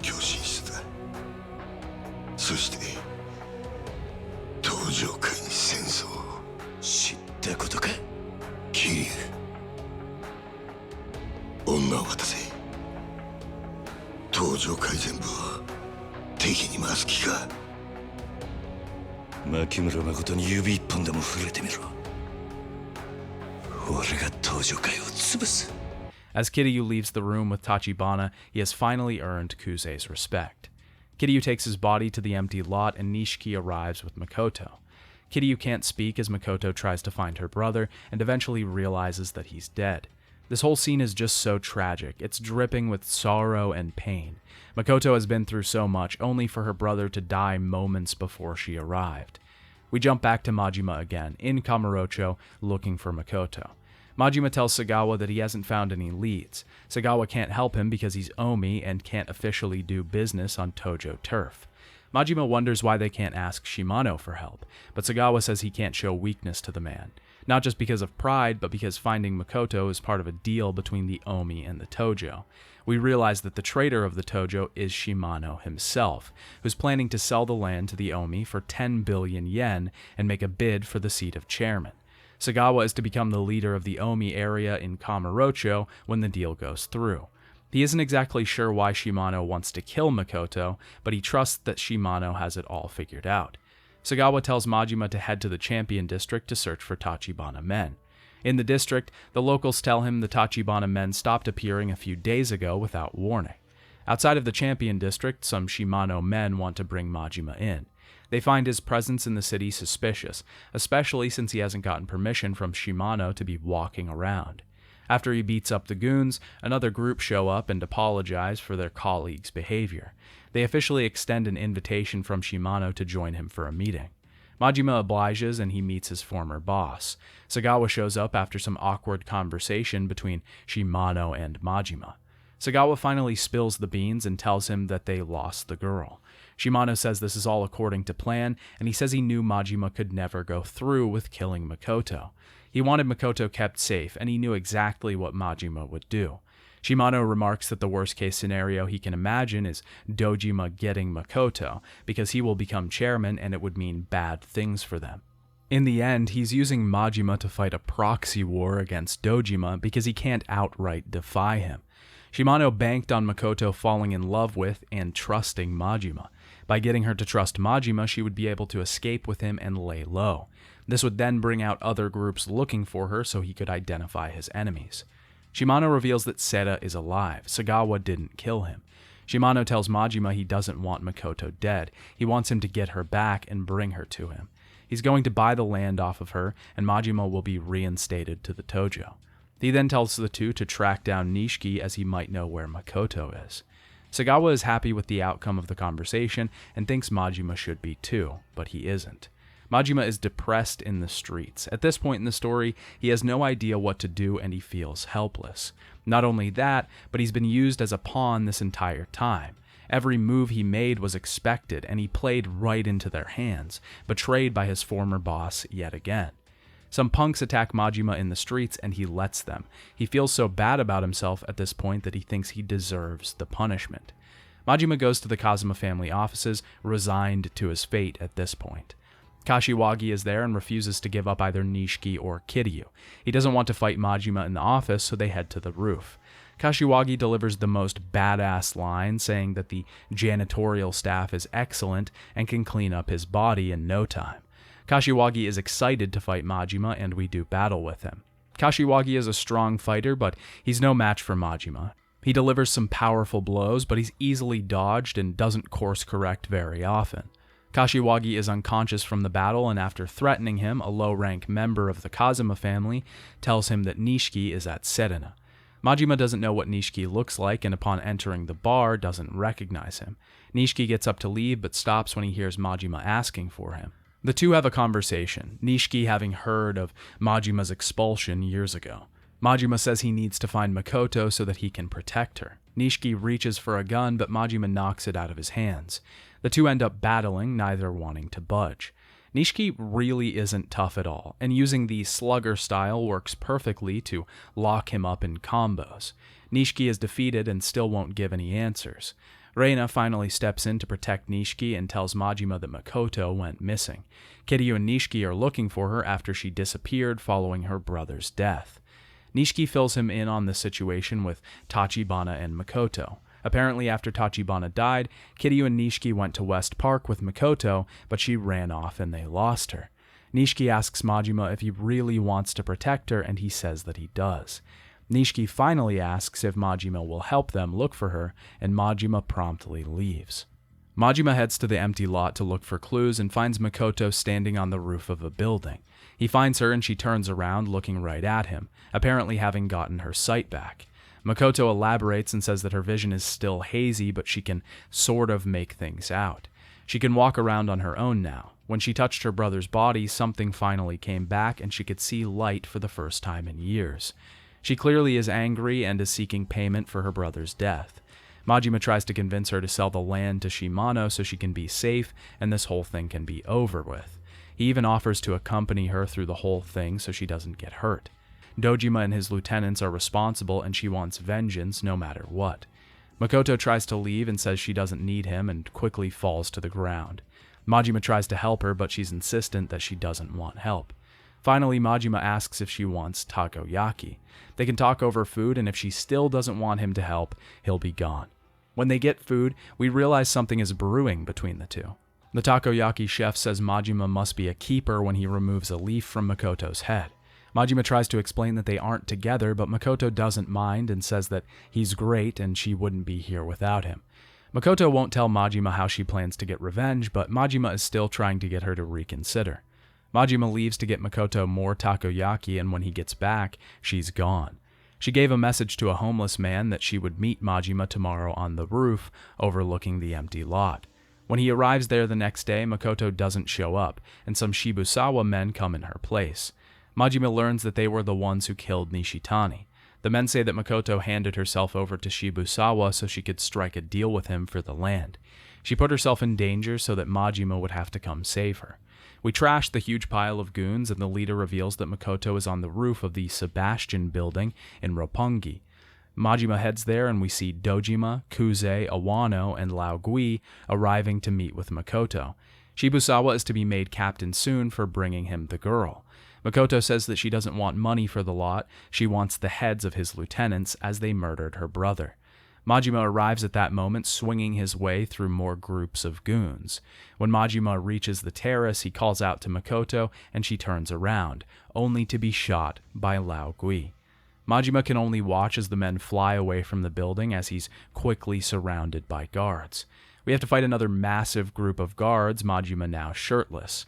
Makoto comes to and apologizes for making things worse. She tells him that before he got there, Dojima explained that he bought all the land around the lot in hopes to build on it, the Kamurocho revitalization project going off without a hitch. But no one even knows of the lot's existence, and unless a complaint is lodged, he can build anything he wants there. It turns out that the only person that can lodge a complaint is Makoto herself, and Lao Gui raised his gun. Makoto starts to fade at this point, and Majima is begging for anyone to help, but no one is there, until Seta shows up to save the day. He has his men take Makoto away and get her medical care. Majima tells Makoto to hang on and begs her not to die. At this point, we finally reach the finale chapter of the game, where everything is wrapped up and our story can come to its full resolution. After hours of waiting, Majima gets the news that Makoto is stable, but in a coma. She doesn't know when Makoto will wake up. She also reveals that she's part of the consortium. Sarah says that they will be taking Makoto to a safe, guarded facility and asks Majima to come along. Majima says that the only way he can help Makoto is to get rid of the Dojima family, because they will always be after her no matter what. Dojima talks to his lieutenants and tells them that he's moving forward with the revitalization project. He commends Shibusawa on his work, but there's still more to be done. Dojima says that Kazuma is their last threat and they need to be rid of him. Shibusawa deems that they need to take out the entire Kazuma family if they're ever going to be able to move on from his schemes. We're back at the empty lot, and Nishiki tells Kiryu that there isn't any news on Makoto. He asks if he knows who Goro Majima is, and Kiryu says that he's never met him, but he knows the name. Nishiki tells him that he's looking for Makoto as well, and his goal is the same as theirs, to keep her safe. Seta calls Kiryu and wants to meet up with him in Little Asia. Chen thanks Kiryu for trying to save Tachibana, but Kiryu doesn't accept. He's ridden with guilt and feels like it was his fault in the first place. Seta tells him everything that happened with Makoto, and that Dojima still thinks she's dead. Kiryu asks if they can trust Majima, and Seta thinks they can, but he isn't sure of his next move. Seta tells Kiryu that Shibusawa is a dangerous enemy, and Kiryu is probably at the top of his hit list right now. On top of that, the police are still looking for him in connection with the empty lot murder, so he should lay low and get out of town. Seta says that if Makoto wakes up, the consortium will take the land off her hands. This was Kazuma's plan all along, and if Tachibana made it through, he would have given the land over to Seta just the same. The original goal was to prevent Dojima from taking power and pushing Seta up the ranks into the seat of chairman. Kiryu is shocked that he and Kazuma had such a close relationship, and Seta says that Kazuma is the reason he's gotten to where he is today. Seta tells Kiryu that there's nothing left to do at this point but wait. Makoto is in a safe place, a ship docked at Tokyo Bay. Nishiki intercepts Kiryu on his way out and tells him a group of Shibusawa's men are at the Kazuma family offices. Kiryu tells Nishiki what's happened and asks him to warn Kashiwagi that they're being hunted so he can get somewhere safe. We deal with the Tojo goons and head toward the Kazuma offices. Kuze is in the street and wants to have a one-on-one with Kiryu, now that he's shown he's a real Yakuza, a man to be respected. Kiryu doesn't want to fight Kuze because he knows he's out for blood. He knows that Kuze will go all the way this time, and he's not even going to look out for himself. You thought the fourth fight was the last one. I was just kidding, Dad. Kuze has a ton of health, but heat actions in combination with the area's weapons make this a pretty easy, actual, final Kuze fight. Kuze tells Kiryu that he finally sees what Kazuma must have seen in him, a monster Yakuza. He'd better look out though, because there's another who's fighting for that title, Shibusawa. They gave orders to Lao Gui to not strike a fatal blow on Makoto, keeping her alive and giving them the ability to track the consortium. Now Shibusawa is going to take out every single person that was associated with Kazuma. Nishiki runs to get the car as Shibusawa is about to raid the boat that Makoto is on. Kuze warns Kiryu that he's about to find the dark side of the Yakuza, exactly what Kazuma didn't want him to see. Kiryu finally salutes Kuze and thanks him, finding the respect for him somewhere deep down. Nishiki and Kiryu head to the docks to put an end to this. Majima finds the men that he let beat him up the day before. This time he retaliates, and this is the first true signs of the mad dog coming out. Sagawa finds Majima and tries to get some answers out of him, but Majima is having none of it. Sagawa tries to stop Majima, and he threatens him with blood dripping from his voice. As Majima walks away, heading for Dojima himself, Sagawa tells him that he has the look of a mad dog in his eye, and says to himself that the crazy bastard has finally broken his cage. We see Majima blasting his way into the Dojima family HQ, and he's out for blood. Shibusawa is about to begin his attack on the ship holding Makoto. He gives the order and Kiryu and Nishiki arrive. Nishiki isn't too confident that they can make this work, but Kiryu is. Shibusawa heads onto the boat with his men in full force. Just then, Kashiwagi arrives with a truck full of goons, and there's a full-out battle on the edge of the ship. We have to battle our way up the ship, making it through tons and tons of thugs along the way. This part was really annoying for me, to be honest. There are a lot of gunmen interspersed throughout the thugs, and they generally sit at the back. Getting shot takes a ton of your health away, and it can be incredibly annoying getting shot over and over, getting downed each time, and not even having a chance to retaliate. This makes you think you should just target the gunman first, but even with rush style, you can't avoid every single gunshot volleyed at you. It's incredibly annoying, and especially if there's two gunmen, because when you're dealing with one, you're getting shot by another. Kiryu arrives at the bridge to find Shibusawa has already got Makoto in tow. We jump back to Majima and have to fight our way through the Dojima family headquarters. This section has a similar problem with the gunmen, though not nearly as bad as the ship version. The rooms are generally less open, so we can get to the gunmen quicker. I will compliment the story design here and say that jumping back from each character during the finale is a fantastic choice. It makes you feel like the events are happening simultaneously. Awano and Majima face off in the waiting room of Dojima's office. Majima doesn't respect Awano at all, he's just a shield for someone more powerful than him. But Awano looks down on Majima. He's someone from a bygone era who doesn't realize that money is everything in the Yakuza now. Awano says that he originally became a Yakuza because he loved fighting but has gotten lost in the money recently. Majima tells him that's great, because he'll get to die doing what he loves. Awano was pretty easy in general, and Majima's slugger style at this point in the game is really just OP against bosses. Majima defeats Awano and tells him that he wished he never got caught up in the money, because with the way he fights, he could have made it to the top. Awano says that the Yakuza has changed, and with people like Kazuma plotting and scheming, he never had a chance. Majima wasn't always this headstrong, but after meeting people like Lee and Nishitani, he was inspired by their courage, and they're the finest bastards he's ever met. At this point, Lao Gui comes out to shoot Majima, but Awano takes all of the bullets and even a blade for the man he respects now. Dojima didn't expect Majima in all of this, and Majima tells him that until both him and Lao Gui are dead, Makoto will never be free. We have to fight Lao Gui here, who is a lot tougher than Awano just simply because of his weapons. He first uses a pair of claws that do a lot of damage, and then pulls out a sword and a gun. He also moves pretty quickly and can take a ton of damage.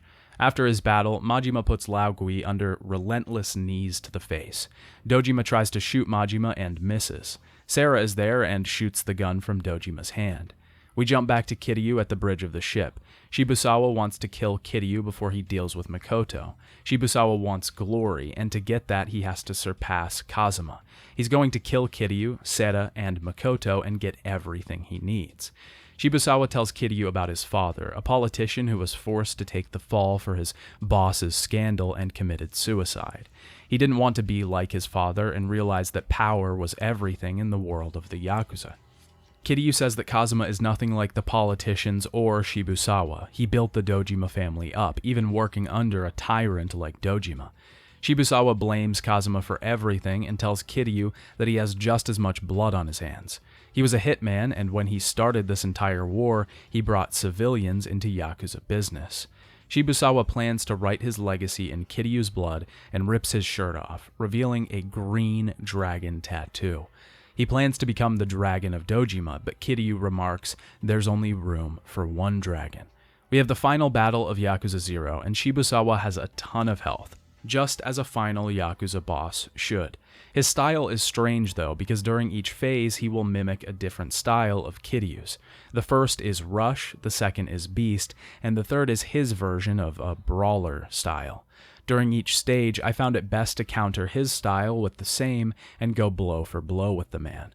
Shibusawa says that no matter what, he intends to kill anyone who is in his way. Kiryu realizes that he can't let Shibusawa live. Shibusawa tells him to give in and finally kill him, paving the way to be a true Yakuza like Kazuma. Kiryu beats him bloody, not stopping until he's tackled by Nishiki. Nishiki begs Kiryu not to cross that line, as there's no coming back. Nishiki tells Kiryu since they promise to cross that line together, they'll stand side by side someday as they make that decision. Back at the Dojima family offices, Majima intends to kill Lao Gui and Dojima, realizing that Makoto will never be safe while they live. Sarah tells him not to do it as it would break Makoto to realize that he had done that. It would give her the same pain that Majima felt when Saejima went away for killing the Ueno Saiwa, which they haven't realized yet was rubber bullets. He almost kills Lao but decides not to and asks Seta what he should do. Seta reveals that Makoto is alive and tells Dojima he now owns the empty lot. It's for sale, but the asking price is 100 billion yen. The Dojima family's glory days are officially over. Seta needs Lao Gui alive as a bargaining chip to keep Dojima in check. His testimony could cripple Dojima, and Seta plans to keep him in custody and use him to blackmail Dojima if need be. Seta promises that Makoto will never be in harm's way again, that Majima succeeded in saving her. Before Majima leaves, Seta gives him a gun and tells him to give a message to Shimano, to take responsibility for his betrayal of the Tojo clan. Majima heads to Shimano's office. He tells Sagawa on the outside that Seta has the empty lot and their plan is over. Sagawa asks if Majima is here to kill Shimano, and he doesn't respond. Sagawa thinks the two of them had some fun, and Majima heads into the office. Majima enters the office and Shimano is meeting with one of the Omi Alliance heads to broker a deal for the land he thinks he's getting. Majima tells him that Seta is looking for a traitor in the Tojo and raises the gun at Shimano. Seta needs proof of Shimano's innocence, and Majima sets the gun next to Shimano before saying that he's still a member of the clan. Shimano asks Majima if he'd be willing to die for him. Majima says yes, but that he has to tell Saejima that he's sorry for what happened to him. Shimano turns the gun on the Omi man and shoots him. This works as proof of Shimano's loyalty to the clan. He tells Majima that if he wants to get anywhere in the clan, he has to be one step ahead. Shimano is looking to the future and thinks that in 10 years, it will be Shimano's turn to rule. With Majima at his side, he's confident they'll get there. We skip ahead a month and the Tojo are having a meeting. Nihara apologizes to Dojima for what's happened to his family. Awano is dead, Kuze and Shibusawa are arrested, and Kazuma failed to grab the empty lot for them. He announces then that Seta will become the new chairman. Dojima will be his guardian, and Seta will manage the Kamurocho revitalization project. Kiryu is meeting with Kazuma in jail. Kiryu has to report something to Kazuma, and Kazuma asks him if he has what it takes to carry this through. Kiryu thinks he does. Kiryu is at Serena later, and Nishiki asks him if he's joining back up with the Dojima family. Kiryu says yes, even though Kazuma protested, wanting him to stay a civilian. Kiryu says that this might be a hard decision, but it also might be the first step in making things right. This whole ordeal made him realize how green he is, and if he can walk forward without running, he might be able to find out how to be a better man. He wants to forge his own path now, without following in Kazuma's footsteps. Kiryu gets up and puts on his jacket, revealing the classic look we all know. Nishiki doesn't think the look suits him, but Kiryu doesn't care. He doesn't want a black or white suit because these days he's feeling gray. He's done with people telling him what is and isn't him. He chose this himself and he's keeping it. Kiryu vows to make everything up to Nishiki, paying him back someday. The two finally head out for some food and get to enjoy their time together. This is kind of a somber ending for Kiryu because we know what will happen to these two friends, but it can also be read as a happy ending because at least for now they can enjoy friendship, spending their days dreaming of the future, at least for a little bit. Majima is back in Sotenbori, finally with his signature look as well. He says goodbye to Sagawa as he's back in the clan and he's heading to Tokyo. Sagawa doesn't like his new look, but Majima has realized that no one is right or wrong, so he might as well be the craziest. Sagawa tells him to contact him if he ever needs him, and Majima says jokingly that if he ever sees him again, it would be too soon. Before he leaves, he thanks Sagawa. He taught him bravery and the ability to survive. After Majima leaves, the Omi fall upon Sagawa and kill him for his part in Shimano's murdering of one of their top brass. In Kamurocho, we see Makoto walking down the street with her doctor. They're being harassed by some men on the street. Makoto hits one of them and they let her doctor go. Makoto slaps them again when one of them tries to offer her some time at a hotel. At this point, Majima arrives and Makoto doesn't recognize him. Turns out these are Majima's men, and before they can reveal his identity, he knocks them out. Majima stares at Makoto, realizing that she doesn't know who he is. She must not be able to recognize him with his new look, signifying that this transformation into the mad dog is an entirely new person. Majima doesn't say anything, and the doctor returns with Makoto's sensei. She says this man defended her. Majima takes the young man off to the side and asks if he's Makoto's boyfriend, but he says she's a patient of his. The man reveals that he's in love with Makoto, and that she's recently regained her eyesight. He tells the man to confess his feelings for Makoto and take care of her. Majima walks away, and Makoto's suitor returns to her. Makoto says that the man had a sad look in his eye, and the young doctor takes Makoto off to tell her his real feelings. She looks off in the distance as Majima walks away.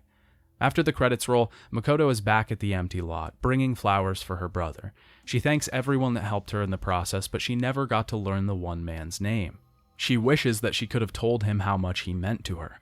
In the pile of dirt from the ground, she hears a song and begins to dig. Inside, she finds her watch repaired. She breaks down and thanks the mystery man for bringing it back to her. The last scene of the game sees Kiryu and Majima walking down the same street. The two men who have never officially met, only heard of each other in passing, finally meeting face to face, and Majima introduces himself with his famous phrase and his new style fully cemented.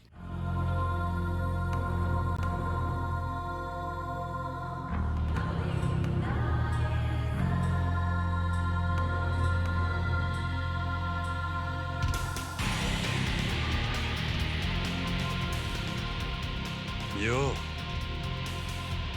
Kiryu-chan! these two characters becoming exactly who they're supposed to be. Yakuza 0's story is such a fantastic prequel. As we talked about before, it's an incredibly hard move to pull off without seeming like a cash grab. A story taking place before an established series can easily become a can of references and callbacks to please the fans, but Yakuza 0 isn't that. It manages to stay faithful to the series, all while creating an interesting and intense story at the same time, developing the characters that we know and love even further. Kiryu at the start of the story is just trying to do what's right by Kazuma, trying to be someone else. He's taking orders and fulfilling his duty, trying to get by and rise in the ranks. He realizes by the end that that's not him. He needs to do what he feels is right if he's ever going to make a name for himself in the Yakuza or Kamurocho itself, setting up the man who would become the Dragon of Dojima. Majima's story is just as interesting. He started off a neutered dog, one that's trapped in a cage. This cage was made for him through betrayal and circumstance, and he's following orders all the same. He's playing fetch, sitting when told, just so he can get back in the good graces of the Tojo clan. Throughout the story, though, he's broken. The leash is torn off, and the mad dog is free to roam. The last thing tethering him to the real world was Makoto, and this yearning, longing for something real, some affection for this woman he truly cared for and wanted. When he realized that she didn't even recognize him, he had a choice. He could either remind her who he was, or take his leave and spare Makoto from any more pain and strife. He chose the latter, and decided to fully descend into the madness that this world presents. Yakuza 0 is a fantastic entry point for new fans, and isn't riddled with references that won't make any sense to fans who haven't played the previous games. It's made for new fans. There's definitely little moments of foreshadowing and some things that call forward to the series that's to come, but those are just the cherry on top, and they're few and far between. Before we can get to the distractions section of the video, we need to go back and cover something that I purposefully didn't talk about in the Kiwami 2 video. If you haven't seen that video, I'll give you a brief rundown. There's a small extra story in that game called the Majima Saga that tries to bridge the first two games in the series from Majima's perspective. There's a pivotal moment in the last chapter where Majima meets back up with Makoto, and I want to go over that briefly here as I left it out of my Yakuza 2 video because it had huge spoilers for Yakuza 0. When Majima arrives at the massage parlor, he realizes that Makoto is there. He gets a massage from her but tries not to speak at all as he doesn't want her to recognize his voice. She still has her watch and replaces the straps when they wear out, but the new colors don't match. She tells Majima where she got it from. She says she never got to thank the man that saved her, and that's why she's at the clinic, because she hopes one day he'll show up and she can close that chapter of her life. Other than that, though, she's mostly moved on. She's married with a family now. Before he leaves, he thanks Makoto for getting rid of 18 years of knots.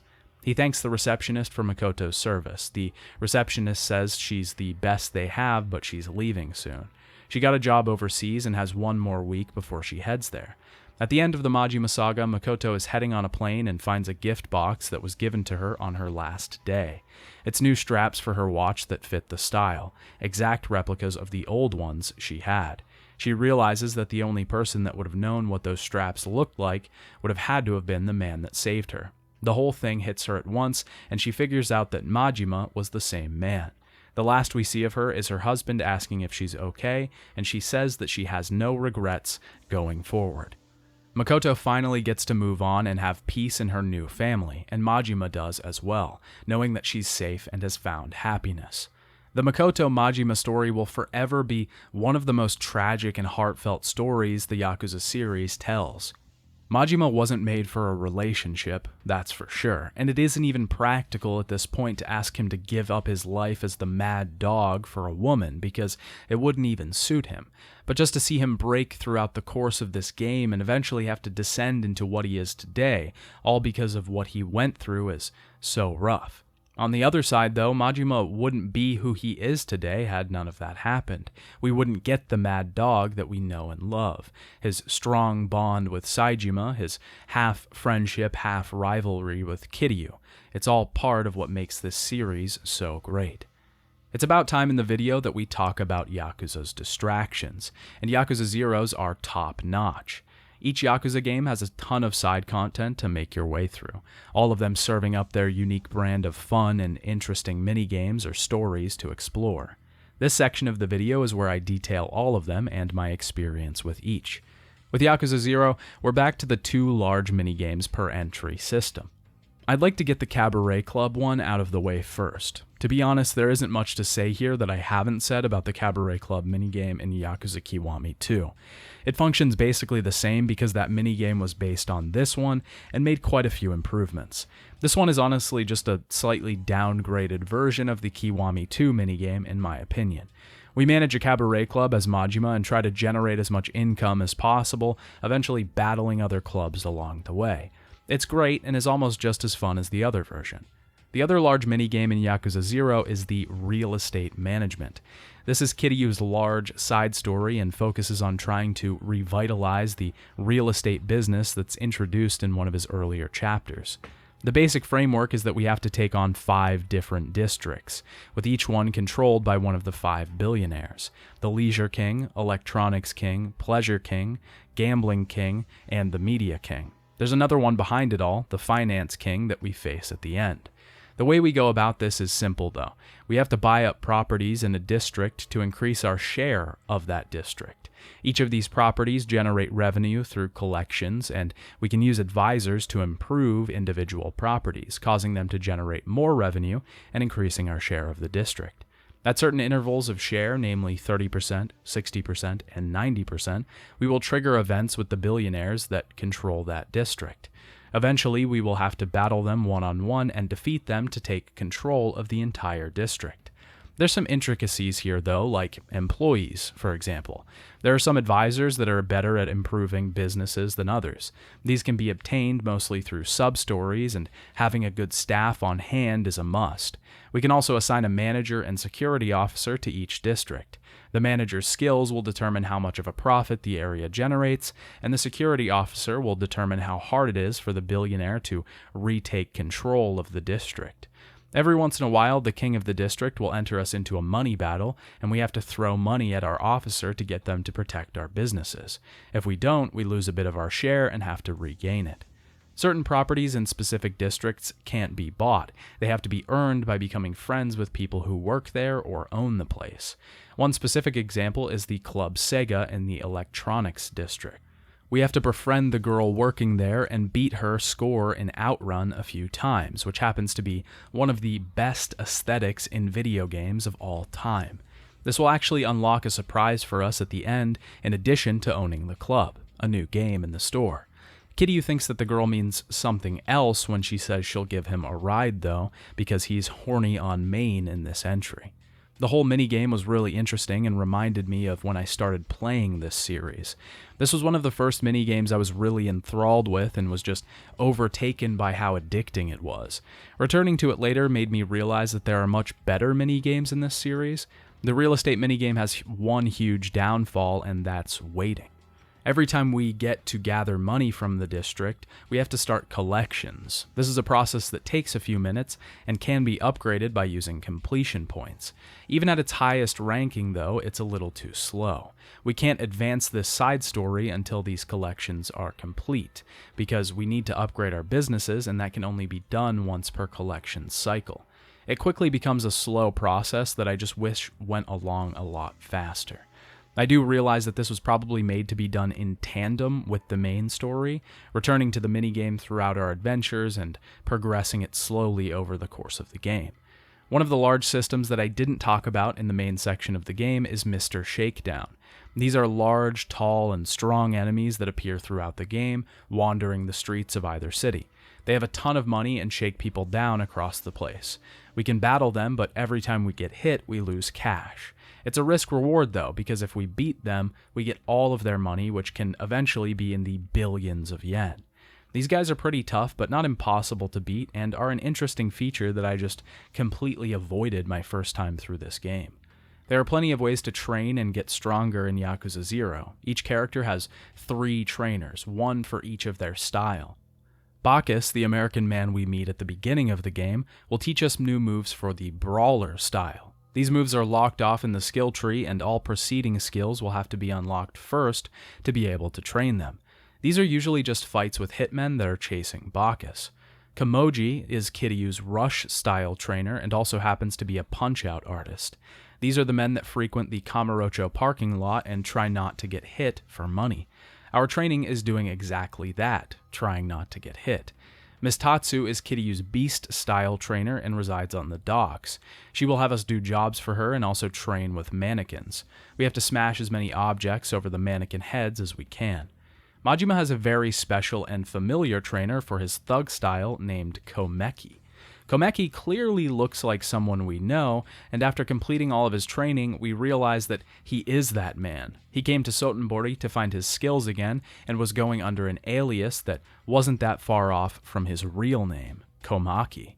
Fai-Hu is a man who owns a nearby restaurant and weapons vendor. He'll train us in using different weapons, which will inspire Majima to upgrade his slugger style. Areshi is a part of a breakdancing crew that will help Majima learn new abilities for his breaker style. Each of the characters also have secret styles that get unlocked after beating their respective lengthy side stories. I loved all of the trainers in this game because they each feel tailored to the style that they're improving, especially trainers like Kamoji. Framing the training as something that we're already familiar with in the world is fantastic. Majima has a special bit of training that only he can do at the Dragon and Tiger. This is a weapons shop run by his slugger trainer, Fai-Hu. His wife manages an organization that will search for special weapons around the world. We can send out agents on missions and pay them a hefty amount to make sure the whole thing goes right. There are a ton of new events to get caught up in as per usual. Pocket Circuit makes its first appearance in this game, and I won't talk about this one a ton because I went over it a lot in the Yakuza 2 video. A new way to make money in Kamurocho is cat fights. These are virtually the same system as the Mesoking fights from Yakuza Kiwami. You bet on a scantily clad fighter and have to choose their moves for each bout. If we get a draw, we can mash buttons to try and overpower the opponent, but no matter how fast I pressed, I couldn't get this to work. I would win maybe 1 out of every 10 draws. This whole thing is just really RNG based and has a lot of similar problems to Mesoking overall. Yakuza 0 has a strange relationship with adult video actresses, as there's a ton in this entry. Kiryu can go to a video store and watch videos of girls in bikinis.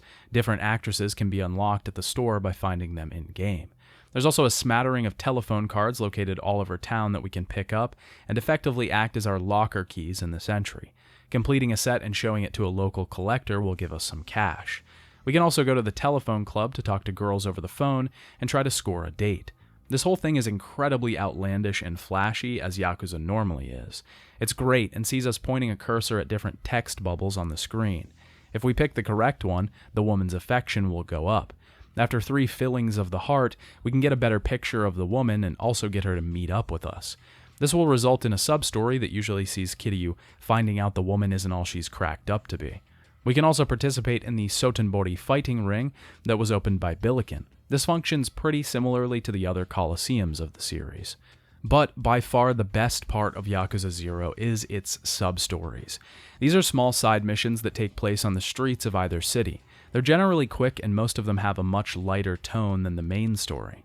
This game has some of my favorites and I really want to showcase the ones that stuck out to me here. Most of Yakuza 0's sub-stories are really funny, and the first one I want to talk about is the Shrink-Wrapped Dream. Kiryu finds a young man on the street that's run away from home. His mom wouldn't let him buy from a vending machine in town, so he saved up money to get to the city. The only problem is the vending machine is in the back of a pretty scary alley, so he wants Kiryu to get him something from the machine.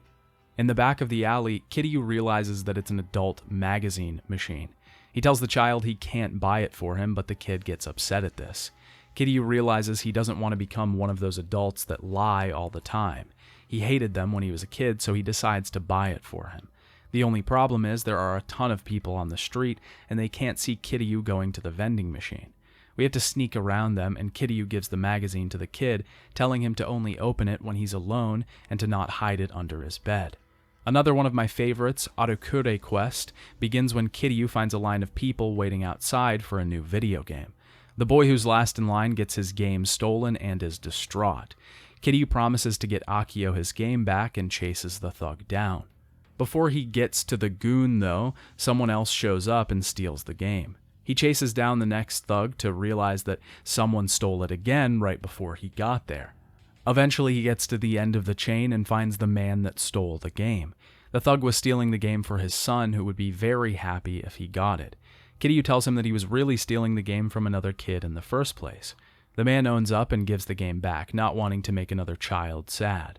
As Akio approaches, we realize that this man is Akio's father, and he was stealing the game for his son, who he didn't know already got it. In the end, the two decide to go home and play the game together, and Kiryu remarks that's how games should be played, between father and son.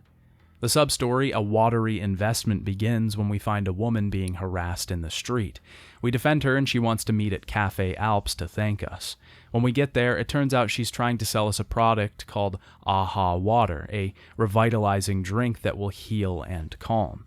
Her real motive is to get us to buy the product and sell it to our friends, thus earning money from them and so on. You know, a pyramid scheme. We refuse her multiple times, and eventually her boss comes over trying to entice us. At the end, Nezu commends our resistance and rewards us with a drink of the water. I think this story was hilarious because I can't tell you the amount of people I've seen in my real life fall for pyramid schemes. The last sub-story I want to talk about is a shining example. This one begins when Kiryu finds a woman that needs help down a suspicious alleyway. At the end, a masked man in a very familiar purple jacket begins to fight us. When we beat him, he takes off his mask and reveals that it's Shinji. If you've seen my video on the first Yakuza game or played the first game yourself, you'll know who Shinji is. The two don't know each other yet, and Shinji is actually trying to kill any Yakuza that he can find on the streets. He's only 16 in high school, already in a bike gang, and has a large grudge. The Yakuza beat his father when he was young, and Shinji was abused in turn, so he thinks all Yakuza are terrible. Kiryu doesn't care about what Shinji thinks and doesn't even really try and dissuade him from thinking the way he does. A while later, some Yakuza pick Kiryu up and say that they have Shinji back at their office. Kiryu saves Shinji but is upset that he dragged him into this mess. Kiryu doesn't mince words with the guy. He tells him that he's being stupid and he needs to grow up. He needs to stop the vigilante act and get it together. Kiryu says he only saved Shinji because Kazuma saved him when he was younger, and he wouldn't be where he was today without the man. He'd probably have turned out just like Shinji. Shinji says that he's found someone he can aspire to be, maybe even someday be better than Kiryu. It's a wonderful story that fills us in on the background of these two characters. Also seeing Shinji be this bitter, terrible, tragic kid, only to realize later that he would go on to give his life for others, is sad. Yakuza 0 has a ton of amazing sub-stories that I can't all talk about here.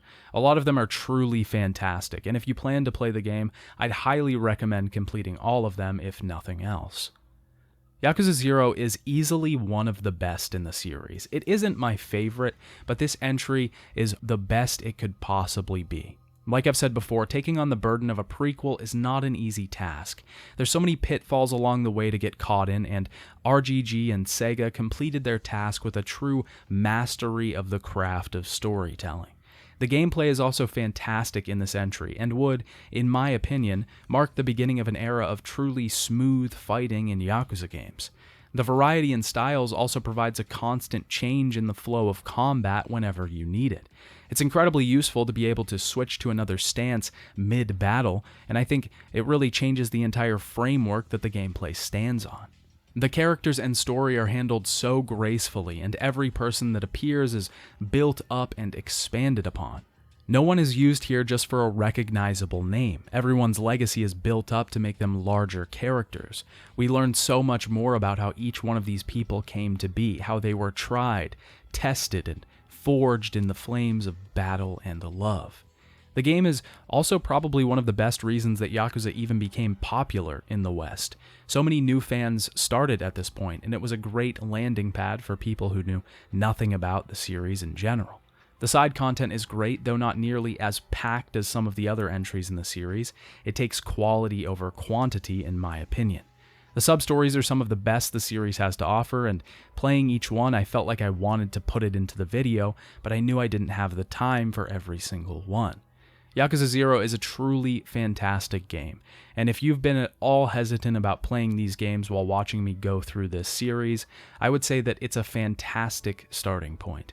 Yakuza 0 sold far beyond expectations, with 500,000 units being sold in Japan during the first 3 months. Critics received the game well, giving it high scores across the board. Our story doesn't end there, though. We're not nearly done yet. The RGG team would again return to Yakuza for the final game in Kiryu's saga, but we'll talk about that next time. Bye, Dad.